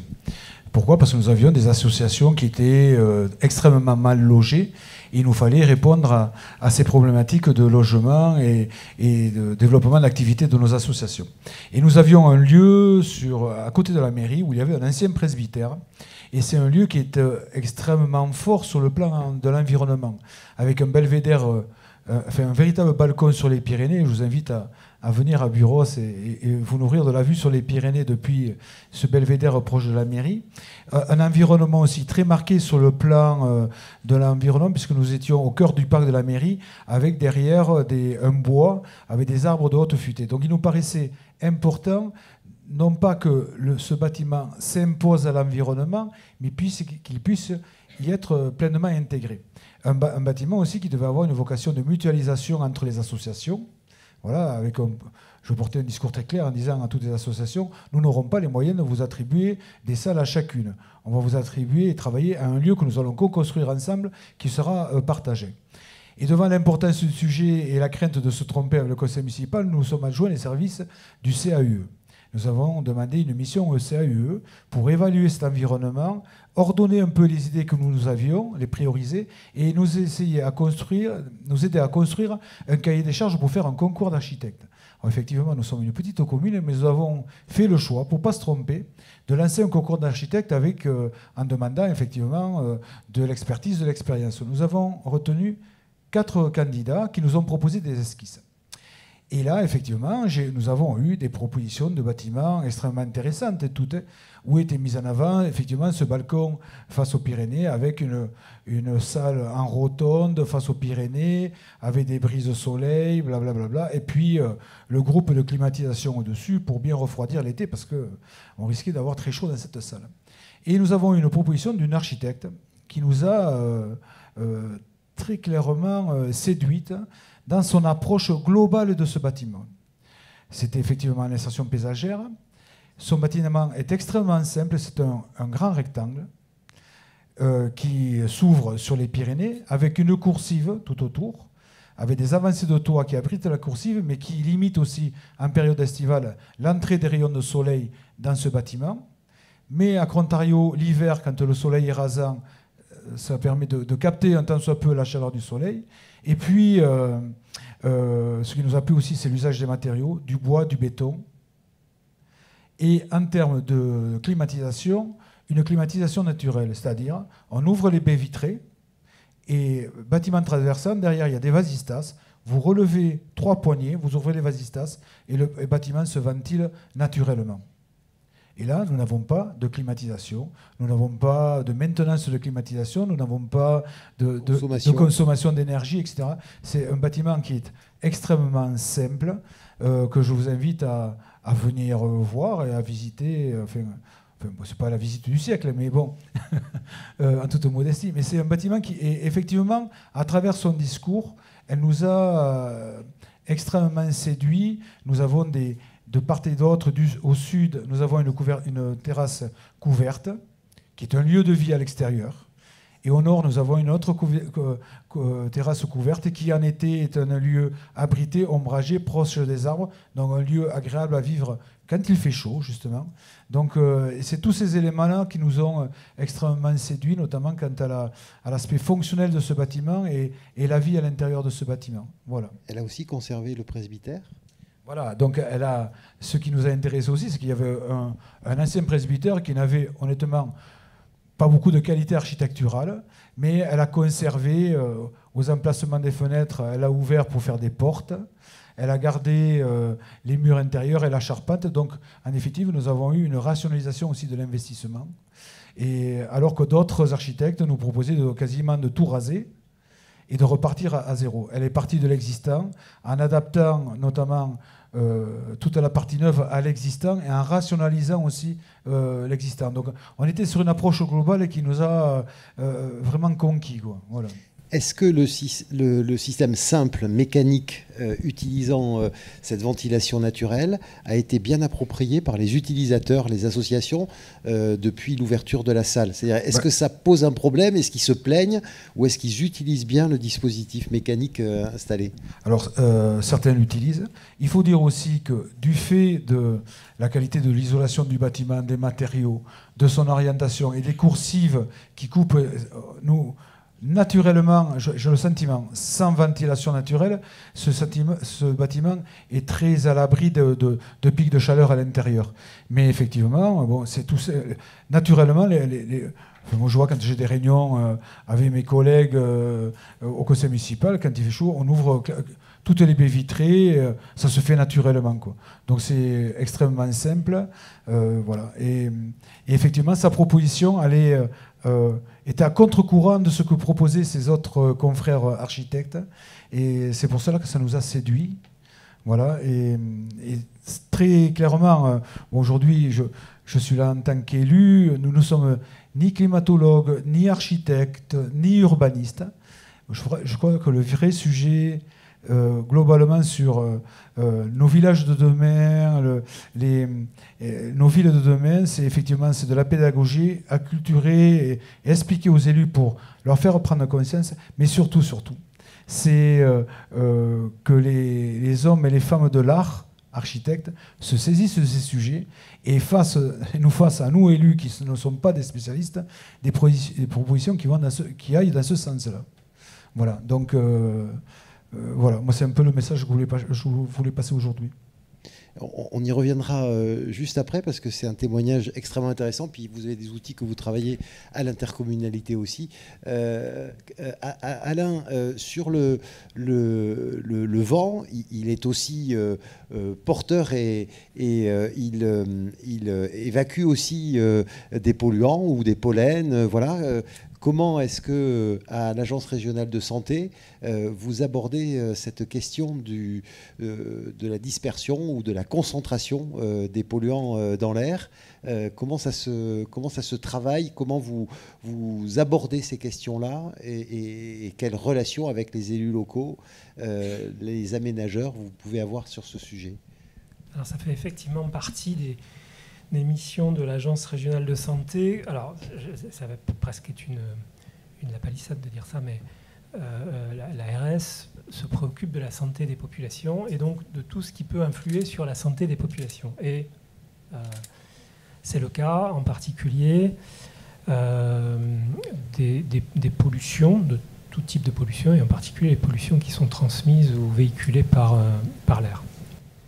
Donc on a ici à Pau une équipe d'ingénieurs, de techniciens qui travaillent plus particulièrement sur ces questions-là et qui sont soit saisis par les autorités préfectorales, par exemple, d'un problème, que ce soit une situation de crise, des émanations particulières, pour être en mesure d'intervenir au même titre que d'autres services de l'État pour essayer d'apprécier, dans un premier temps, la nature de ces polluants, leur concentration, de se référer, lorsqu'ils existent, ce n'est pas toujours le cas, à des références réglementaires qui permettent justement de déterminer si, passé un certain seuil, ces pollutions sont directement nocives pour la population alentour. Voilà, donc on intervient d'abord pour comprendre, pour connaître, pour apprécier, pour documenter, et puis ensuite pour être en mesure de pouvoir faire le lien entre ce qu'on constate et l'impact sur la santé.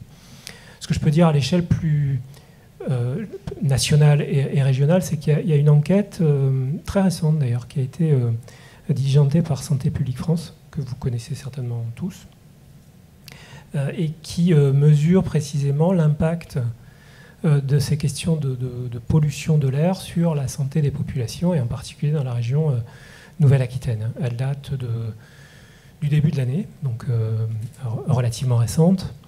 À l'échelle nationale, vous donnez un ordre de grandeur, on estime que si on parvenait à réduire de façon importante les pollutions de l'air, on permettrait à peu près 40 000 morts évitables par an au niveau de la population. Décliné à la région Nouvelle-Aquitaine, ça fait entre 3 et 4 000.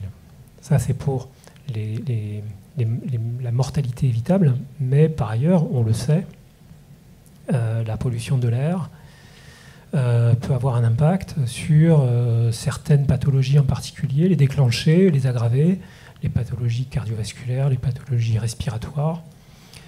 Et donc cette morbidité qui est également directement liée à la pollution de l'air, elle est aujourd'hui documentée, on le sait, et on sait par ailleurs que, compte tenu des dérèglements climatiques qu'on évoquait tout à l'heure, ces dérèglements climatiques vont venir majorer encore un peu plus l'impact sur la santé des populations. Donc nous, on est là d'abord pour venir en appui, essayer de caractériser un problème local ou général, et puis ensuite essayer, dans la relation la plus étroite possible, alors j'ai parlé tout à l'heure du préfet, des autorités préfectorales, mais j'allais dire aussi et peut-être d'abord avec les élus, avec les intercommunalités, avec les acteurs de terrain, pour faire en sorte, alors l'image que Thierry Carrère donnait tout à l'heure est une bonne illustration, que dans la vie de tous les jours, dans les actions qu'il est possible de mener, qui sont à la main d'ailleurs des acteurs locaux, ces questions-là soient intégrées pour faire en sorte que dans le temps, la problématique puisse diminuer. On passe aussi par de la formation, de l'information, de la vigilance à l'attention des personnes les plus vulnérables. Alors, je vous parlais tout à l'heure des personnes qui souffrent de pathologies qui peuvent être majorées par ces pollutions de l'air. Les personnes vulnérables, c'est aussi les tout jeunes enfants, c'est aussi les personnes âgées. Voilà. Et puis, par ailleurs, on développe, alors on a la chance dans le département des Pyrénées-Atlantiques d'avoir un département qui est intégralement couvert par ce qu'on appelle les contrats locaux de santé. Les contrats locaux de santé, c'est un outil qui permet justement d'articuler ces questions de prise en compte de la santé des populations avec l'action publique, en fait, l'action des intercommunalités en particulier, et de faire en sorte que ces questions-là sont vraiment portées par tout le monde, et en particulier par les acteurs de terrain, et en prenant compte, bien entendu, les spécificités des territoires qui ne sont pas les mêmes partout. À ce propos, et je rebondis auprès de vous Thierry, un élu, vous disiez tout à l'heure qu'il avait besoin de faire de la pédagogie auprès de lui. Un élu, il réagit comment quand on lui dit il faut mesurer la qualité de l'air en plus de mesurer la qualité de l'eau, il faut mesurer la qualité de tel ou tel autre élément, matériaux. Il réagit comment? Deuxièmement, est-ce qu'il a une perception claire de la différence et de l'apport d'un contrat local de santé, d'un plan climat, air, énergie, territoire? Comment tout cela s'articule et comment vous, élus, vous percevez les choses? Je crois que sur Nord-Est Béarn, vous êtes doté à la fois d'un PCAET et il y a un contrat local de santé. Comment vous avez abordé ça? On ne dépasse pas forcément le périmètre de l'air, puisqu'on va rester sur ce thème de l'air, mais comment est-ce que vous travaillez en tant qu'élu sur ces questions-là? Alors, quand on nous demande aujourd'hui dans les communes d'analyser la qualité de l'air dans nos écoles et bâtiments publics, bon, très clairement, première réaction, excusez-moi le terme, font chier, putain. Un contrôle de plus, je vous parle cash, quoi. Parce qu'effectivement, aujourd'hui, les élus, on a beaucoup de contraintes qui nous sont posées. Contrôler les aires de jeu, contrôler les installations électriques, contrôler la qualité de l'air. Et tout ça, derrière, ça génère effectivement des frais pour nos budgets communaux. Je ferme la parenthèse. effectivement, ce que précise Alain Guinamant est important. Effectivement, sous l'impulsion de l'ARS, ont été mis en place des contrats locaux de santé au sein de nos territoires. Ces contrats locaux de santé aussi sont posés à cheval sur plusieurs communautés de communes. Déjà, ça nous permet de travailler sur des territoires un petit peu élargis, qui ont des spécificités, des problématiques peut-être différentes, mais aussi beaucoup de points communs. Et ça nous permet effectivement de travailler notamment sur la santé de nos concitoyens, en termes de prévention, de points d'alerte, etc. Et effectivement, le lien de ces contrats locaux de santé, puisque nous avons nos animateurs des contrats locaux de santé dans les murs de nos collectivités, qui travaillent avec les élus, il y a des rencontres très souvent, va nous permettre certainement de contribuer à la pédagogie globale des élus en rentrant par le biais du contrat local de santé, avec une déclinaison sur les plans climat et énergie territoriaux que vous évoquez. Donc effectivement, sur notre comité de communes, nous avons mis en place un plan climat et énergie territoriaux qui a fait le fruit de plusieurs années de travail. Nous avons aussi souhaité le construire avec nos habitants, avec des ateliers participatifs. Donc effectivement, nous travaillons sur les émissions de gaz à effet de serre, comment nous pouvons lutter contre ces émissions, les réduire sur le volet agricole, sur le volet de la mobilité, sur différents volets. Mais effectivement, le PSAET aura certainement, et les actions menées, des aspects positifs en termes de qualité de l'air, mais jusqu'à présent, je me rends compte que nous ne sommes pas rentrés dans des actions très très spécifiques par rapport à ce sujet-là. Cela veut dire aussi, moi je pense que les vrais outils sont aussi nos documents d'urbanisme. Je voulais évoquer aussi le schéma de cohérence du pays de Grand Pau, qui regroupe l'agglo de Pau, la communauté de communes de Luynes-Béarn et de Nord-Est-Béarn. Nous travaillons sur un SCOT et nous avons souhaité, les élus ont souhaité, que soit intégré dans ce SCOT le volet bien-être et santé.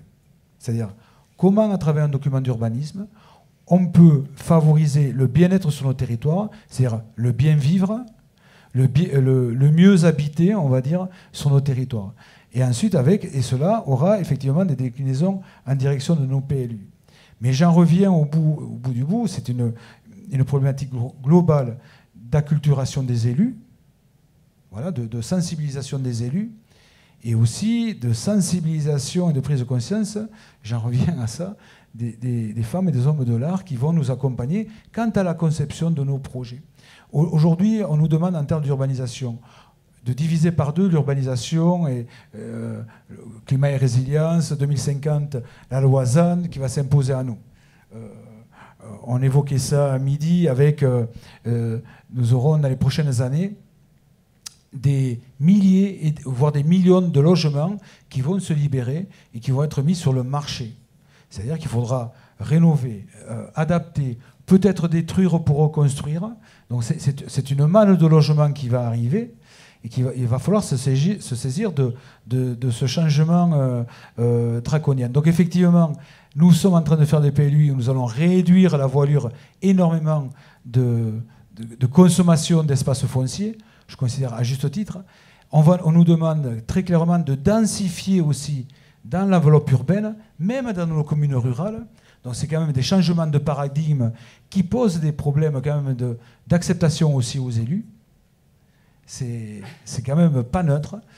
Cela veut dire aussi, et là je vais vous parler avec mon expérience, ma petite expérience de maire. Je vois sur ma commune aujourd'hui, les terrains sont divisés. Une parcelle de 2000 m², on coupe en deux, on fait un terrain de 1000 m², on construit une maison. Aujourd'hui, nous avons de vrais problèmes quant au bruit des groupes de pompes à chaleur. C'est infernal. J'ai eu 3 affaires à traiter où les voisins ne se parlent plus, sont en conflit, et il faut que la mairie, c'est dans le cadre de la loi, diligente une étude acoustique indépendante, avec un bureau d'acousticien, pour donner aux belligérants les résultats de l'étude, et après ils s'en débrouillent avec parfois le pénal. Mais à chaque fois, c'est 1000 € pour la commune, quoi, pour la mairie. À partir du moment où on va densifier, et si on multiplie les climatisations, etc., avec des groupes extérieurs, etc., on va, très bientôt, nous aurons des problèmes de cohabitation dans nos futurs quartiers densifiés. C'est pour cela que si, dans le principe constructif de nos futurs logements, on intègre ce que nous était Clément nous précisait, de l'aération, entre guillemets, naturelles et mécaniques, toutes simples. On ouvre des vasistas, etc., etc. Ça va nous éviter bien des problèmes. Parce que faire de la densification sans tenir compte de paramètres extrêmement précis quant au bruit, la proximité des voisins et tout, si on ne le considère pas, si on fait de la densification au chausse-pied, on rentre des maisons dans des endroits où initialement ce n'était pas prévu, sans avoir quelque chose de bien établi, ça ne fonctionnera pas.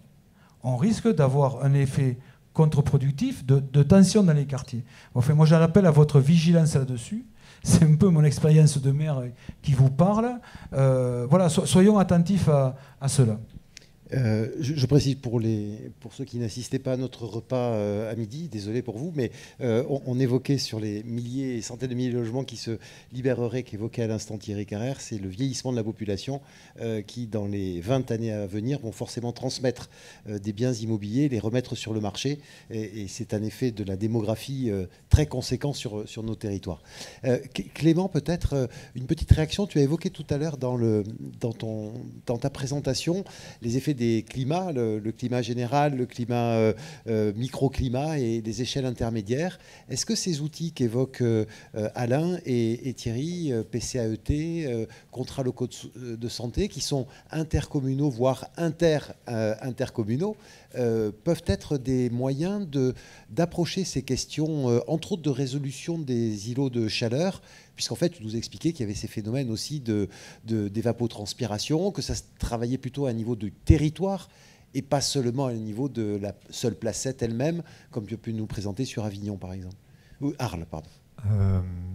Oui, c'est vrai que les PCAET sont des super outils. Encore faut-il pouvoir bien les interpréter. Par exemple, j'ai en tête le PCAET de la métropole du Grand Avignon, où il y a dedans ce qu'on appelle une thermographie. Une thermographie, c'est on fait passer un satellite en gros tous les 15 jours. Enfin, il passe tout seul, c'est pas nous qui le faisons passer. Et il fait une photographie en gros vers 11h midi qui permet en fait de déduire la température de surface à partir du satellite. Et donc ça fait des thermographies. Beaucoup d'îles en ont dans les PCAET, il y en a souvent. Et sauf que sur cette thermographie dans le PCAET d'Avignon, le point chaud de la ville, c'est le centre commercial en périphérie, qui est un Leclerc climatisé où les gens viennent en bagnole climatisée. Donc, dans le PCAET, il dit là, il y a un point, il faudra faire un niveau de fraîcheur là. Et quand on lit le PCAET, on se dit c'est quand même bizarre, non? C'est pas parce que c'est le point le plus rouge sur la carte que c'est là où il y a besoin de faire forcément des aménagements pour la population. Donc, c'est important aussi dans la lecture de ces enjeux de chaleur encore une fois, de monter en compétence sur ces questions, parce que parfois on va dire je vais lutter contre l'îlot de chaleur et on va faire des choses qui sont contre-productives. Exemple récent, à Lyon, ils ont mis en place des trottoirs clairs. C'est-à-dire qu'on a dit pendant un moment il faut mettre du blanc partout, mettre du blanc partout. Et donc ils ont testé les trottoirs clairs. Et les trottoirs clairs, en fait, ce qui se passe, c'est que quand on fait passer des piétons sur un trottoir clair qui est au soleil, en fait, le piéton, quand on fait une simulation de confort, il est beaucoup plus dans l'inconfort thermique par la réverbération et l'ensoleillement réfléchi par le sol que sur un trottoir qui va être plutôt plus gris, par exemple. C'est contre-intuitif, mais physiquement, c'est comme ça.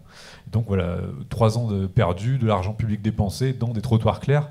Si on avait fait une petite étude avant, juste on avait réfléchi un tout petit peu au problème, la question ne serait pas posée. Donc il y a un sujet de monter en compétence sur ces questions de prise en compte du climat, de parler aussi du fait que quand on s'intéresse au climat, il y a des solutions qui marchent la nuit, qui ne fonctionneront pas le jour. De bien préciser aussi que chaque solution a son domaine d'application et qu'on ne peut pas raisonner en termes de solutions très générales.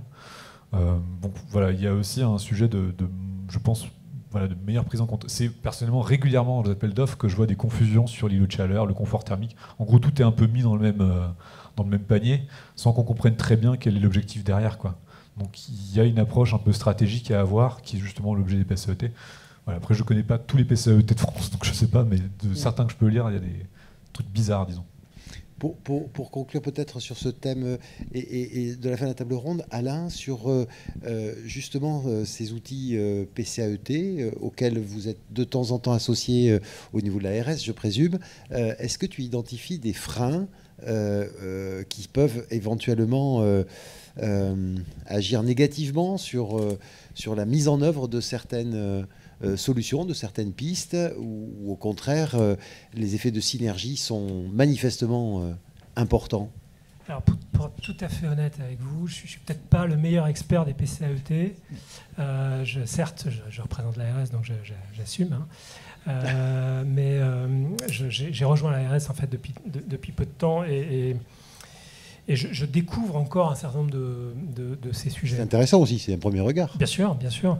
Non, je me faisais une autre remarque. On parlait tout à l'heure d'images satellites. On a été saisi récemment d'un sujet qui concerne précisément les Pyrénées-Atlantiques à partir d'une image satellite qui permettait de montrer sur une carte qui représente l'intégralité de l'Europe que l'un des points qui émet à un certain moment de l'année le plus de particules de carbone dans l'atmosphère, c'est bien les Pyrénées-Atlantiques, et c'est lié à une pratique ancestrale. Je parlais tout à l'heure de pratiques vernaculaires, d'écobuage. L'écobuage, c'est inscrit dans la culture du département, ça a un usage important, pastoral en particulier, pour les bergers, pour préparer la période d'estive. Sauf que le département des Pyrénées-Atlantiques est l'un des premiers émetteurs, des plus importants à l'échelle européenne, de ces particules de carbone qui, je pense que vous aurez fait le lien comme moi, participent à l'effet de serre. Voilà. Donc comment est-ce que, une fois qu'on a posé ce constat, comment est-ce qu'on traite ce sujet ? Comment est-ce qu'on l'intègre ? Précisément, alors ça, c'est pas une réponse, ou c'est une réponse un peu détournée à la question, ça prend du temps, ça s'inscrit dans des pratiques culturelles historiques. Mettre des gens autour ça de la table. s'accompagne aussi, ça s'accompagne là, précisément autour de l'écobuage. Ça, c'est la prérogative, la responsabilité du préfet, de s'assurer qu'il y a un calendrier qui est établi, il y a une coordination, une articulation, que la montagne ne brûle pas partout certains jours et nulle part les autres jours. Enfin, on essaie d'organiser les choses et de faire en sorte que ces pratiques soient le plus régulées possible, parce que par ailleurs elles ont un usage social démontré. Voilà. Et donc nous, là-dedans, ce lien avec la santé des populations, notre rôle, par exemple, c'est de s'assurer que ces calendriers sont établis en tenant compte, tout à l'heure je parlais des personnes qui sont vulnérables. Il peut y avoir des EHPAD situés dans les vallées ou à proximité des vallées, et il faut faire en sorte que le calendrier de l'écobuage soit connu de ces EHPAD-là, qui prennent les précautions qui s'imposent le jour où on a décidé de faire les feux, bref, qu'on organise un peu les choses. Et ça renvoie aussi toujours finalement à la façon dont on articule notre action avec celle des acteurs de terrain et des élus locaux. Merci beaucoup. Pour terminer, juste Thierry, sur le plan climat, air, énergie, territoire de Nord-Est Béarn, y a-t-il eu un équilibre entre les trois termes, climat, air et énergie, ou y en a-t-il un qui a pris plus le pas sur l'autre ? Est-ce que c'est très orienté sur des actions autour de l'énergie, assez peu sur l'air, au contraire plus sur la réduction des effets de serre, des émissions de gaz à effet de serre? Est-ce que c'est assez équilibré ou c'est très variable selon les territoires, puisque tu en as vu d'autres à côté? Bon, alors, je serais tendance à vous dire, comme nous avons bien travaillé, c'est extrêmement bien équilibré. Après, bon, voilà, la constitution d'un PSAET est quand même part d'un cadre qui nous est donné, que nous devons respecter, avec effectivement d'abord un état des lieux très factuel du territoire sur les gaz à effet de serre, sur les pratiques de mobilité, sur l'agriculture aussi, et nous sommes des territoires aussi d'élevage, dont nous partons d'un état des lieux très, très précis, très avéré. Et déjà, je me souviens de quelques réunions où il nous était donné à voir cet état des lieux par le bureau d'études, où étaient présents des élus agriculteurs. Je me rappelle encore de la soirée. Animé.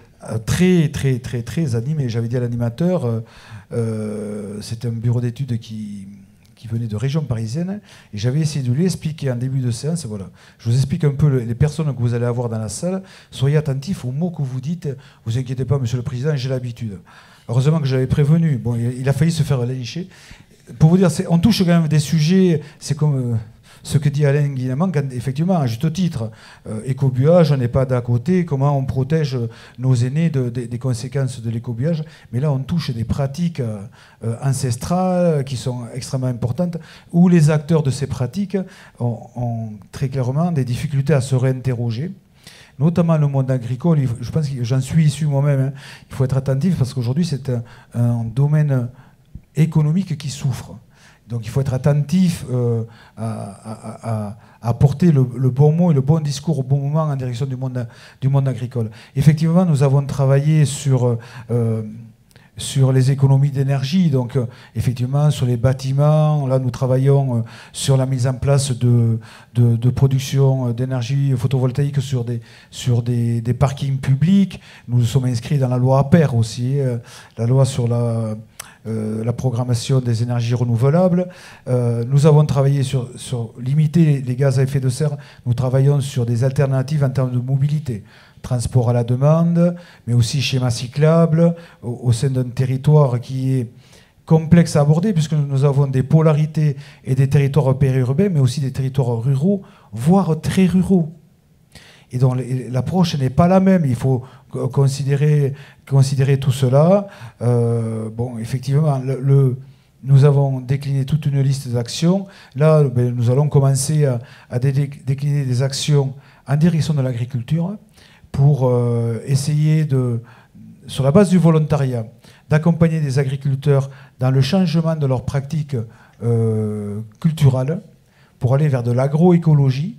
Donc nous allons prendre en charge ces études pour le compte de l'agriculteur, dans l'idée derrière aussi de faire de la pédagogie et de donner à voir aux autres agriculteurs ces changements de pratiques. Ça peut être le zéro labour. Nous avons implanté des haies aussi avec un programme Reforestation.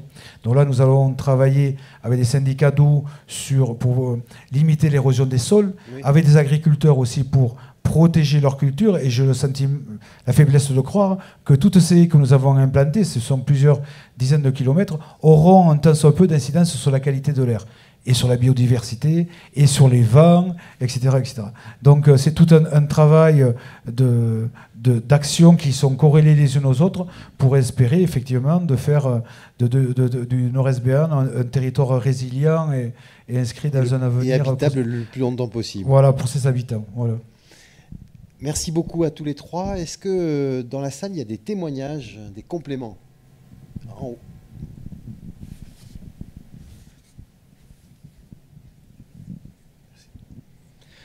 Bon, merci à tous. Julio Jiménez, architecte, urbaniste, ingénieur. Quelques commentaires et quelques apports par rapport à la densité.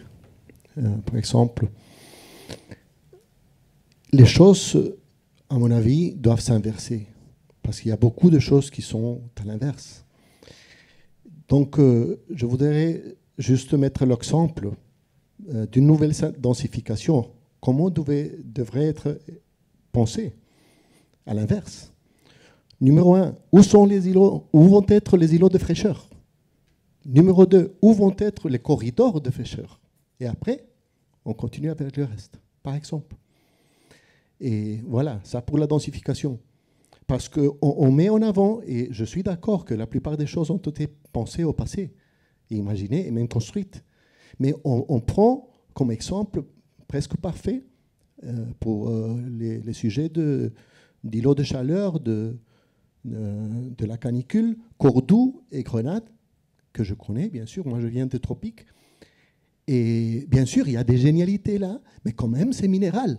C'est très, très minéralisé. Et c'est une des questions qu'on m'a parlé un peu. Pourquoi c'est difficile de gérer? Parce que c'était très, très minéralisé. Donc, nous sommes dans une époque différente quand même. Ce n'est pas la même chose. Nous sommes sur un pic everything, a dit quelqu'un. Tout pic. Le pic civilisationnel, le pic de chaleur, le pic de la biodiversité. À noter, par exemple, que si on crée des îlots de fraîcheur, ou si on pense d'abord aux îlots de fraîcheur végétalisés, arborisés, et le réseau arborisé de la nouvelle densification, par exemple, c'est aussi les continuités écologiques, par exemple.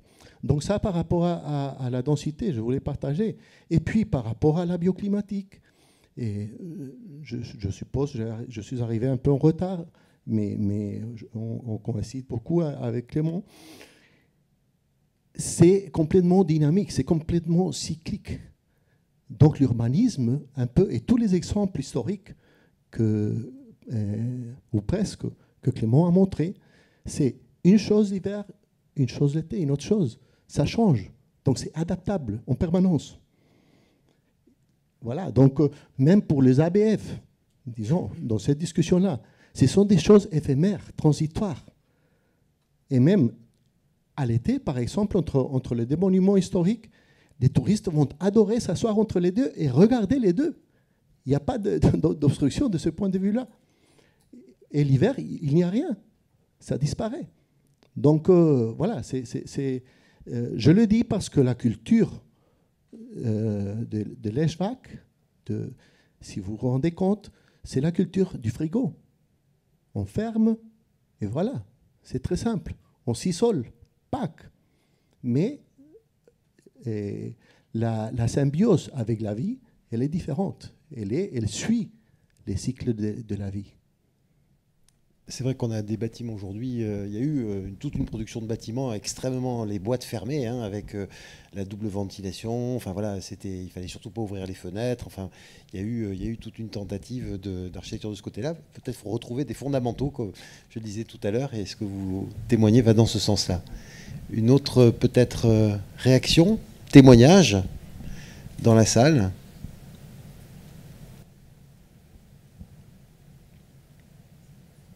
Thierry a évoqué, pardon, je me permets d'interpeller quelqu'un qui est juste à côté. Thierry Carrère a évoqué le SCOT et bien-être et santé. Amandine Carrère est avec nous. Est-ce que éventuellement tu veux témoigner peut-être de cette question, alors au-delà du général, mais cette question de l'air, de la prise en compte des îlots de chaleur, est-ce que c'est un sujet, j'ai pas osé poser la question au PCAET de Nord-Est Béarn, mais comment est-ce que dans un SCOT on aborde ces questions-là, Amandine? Alors on a abordé cette question-là effectivement à partir d'une cartographie notamment produite par l'agence, hein, qui montrait les îlots de chaleur, hein, au niveau, une carto thermographique. Et on a travaillé vraiment à l'échelle du grand territoire. Donc, quand vous repreniez vos différentes échelles, le SCOT, c'est quand même... nous, on est sur 3 intercommunalités, donc c'est grande échelle.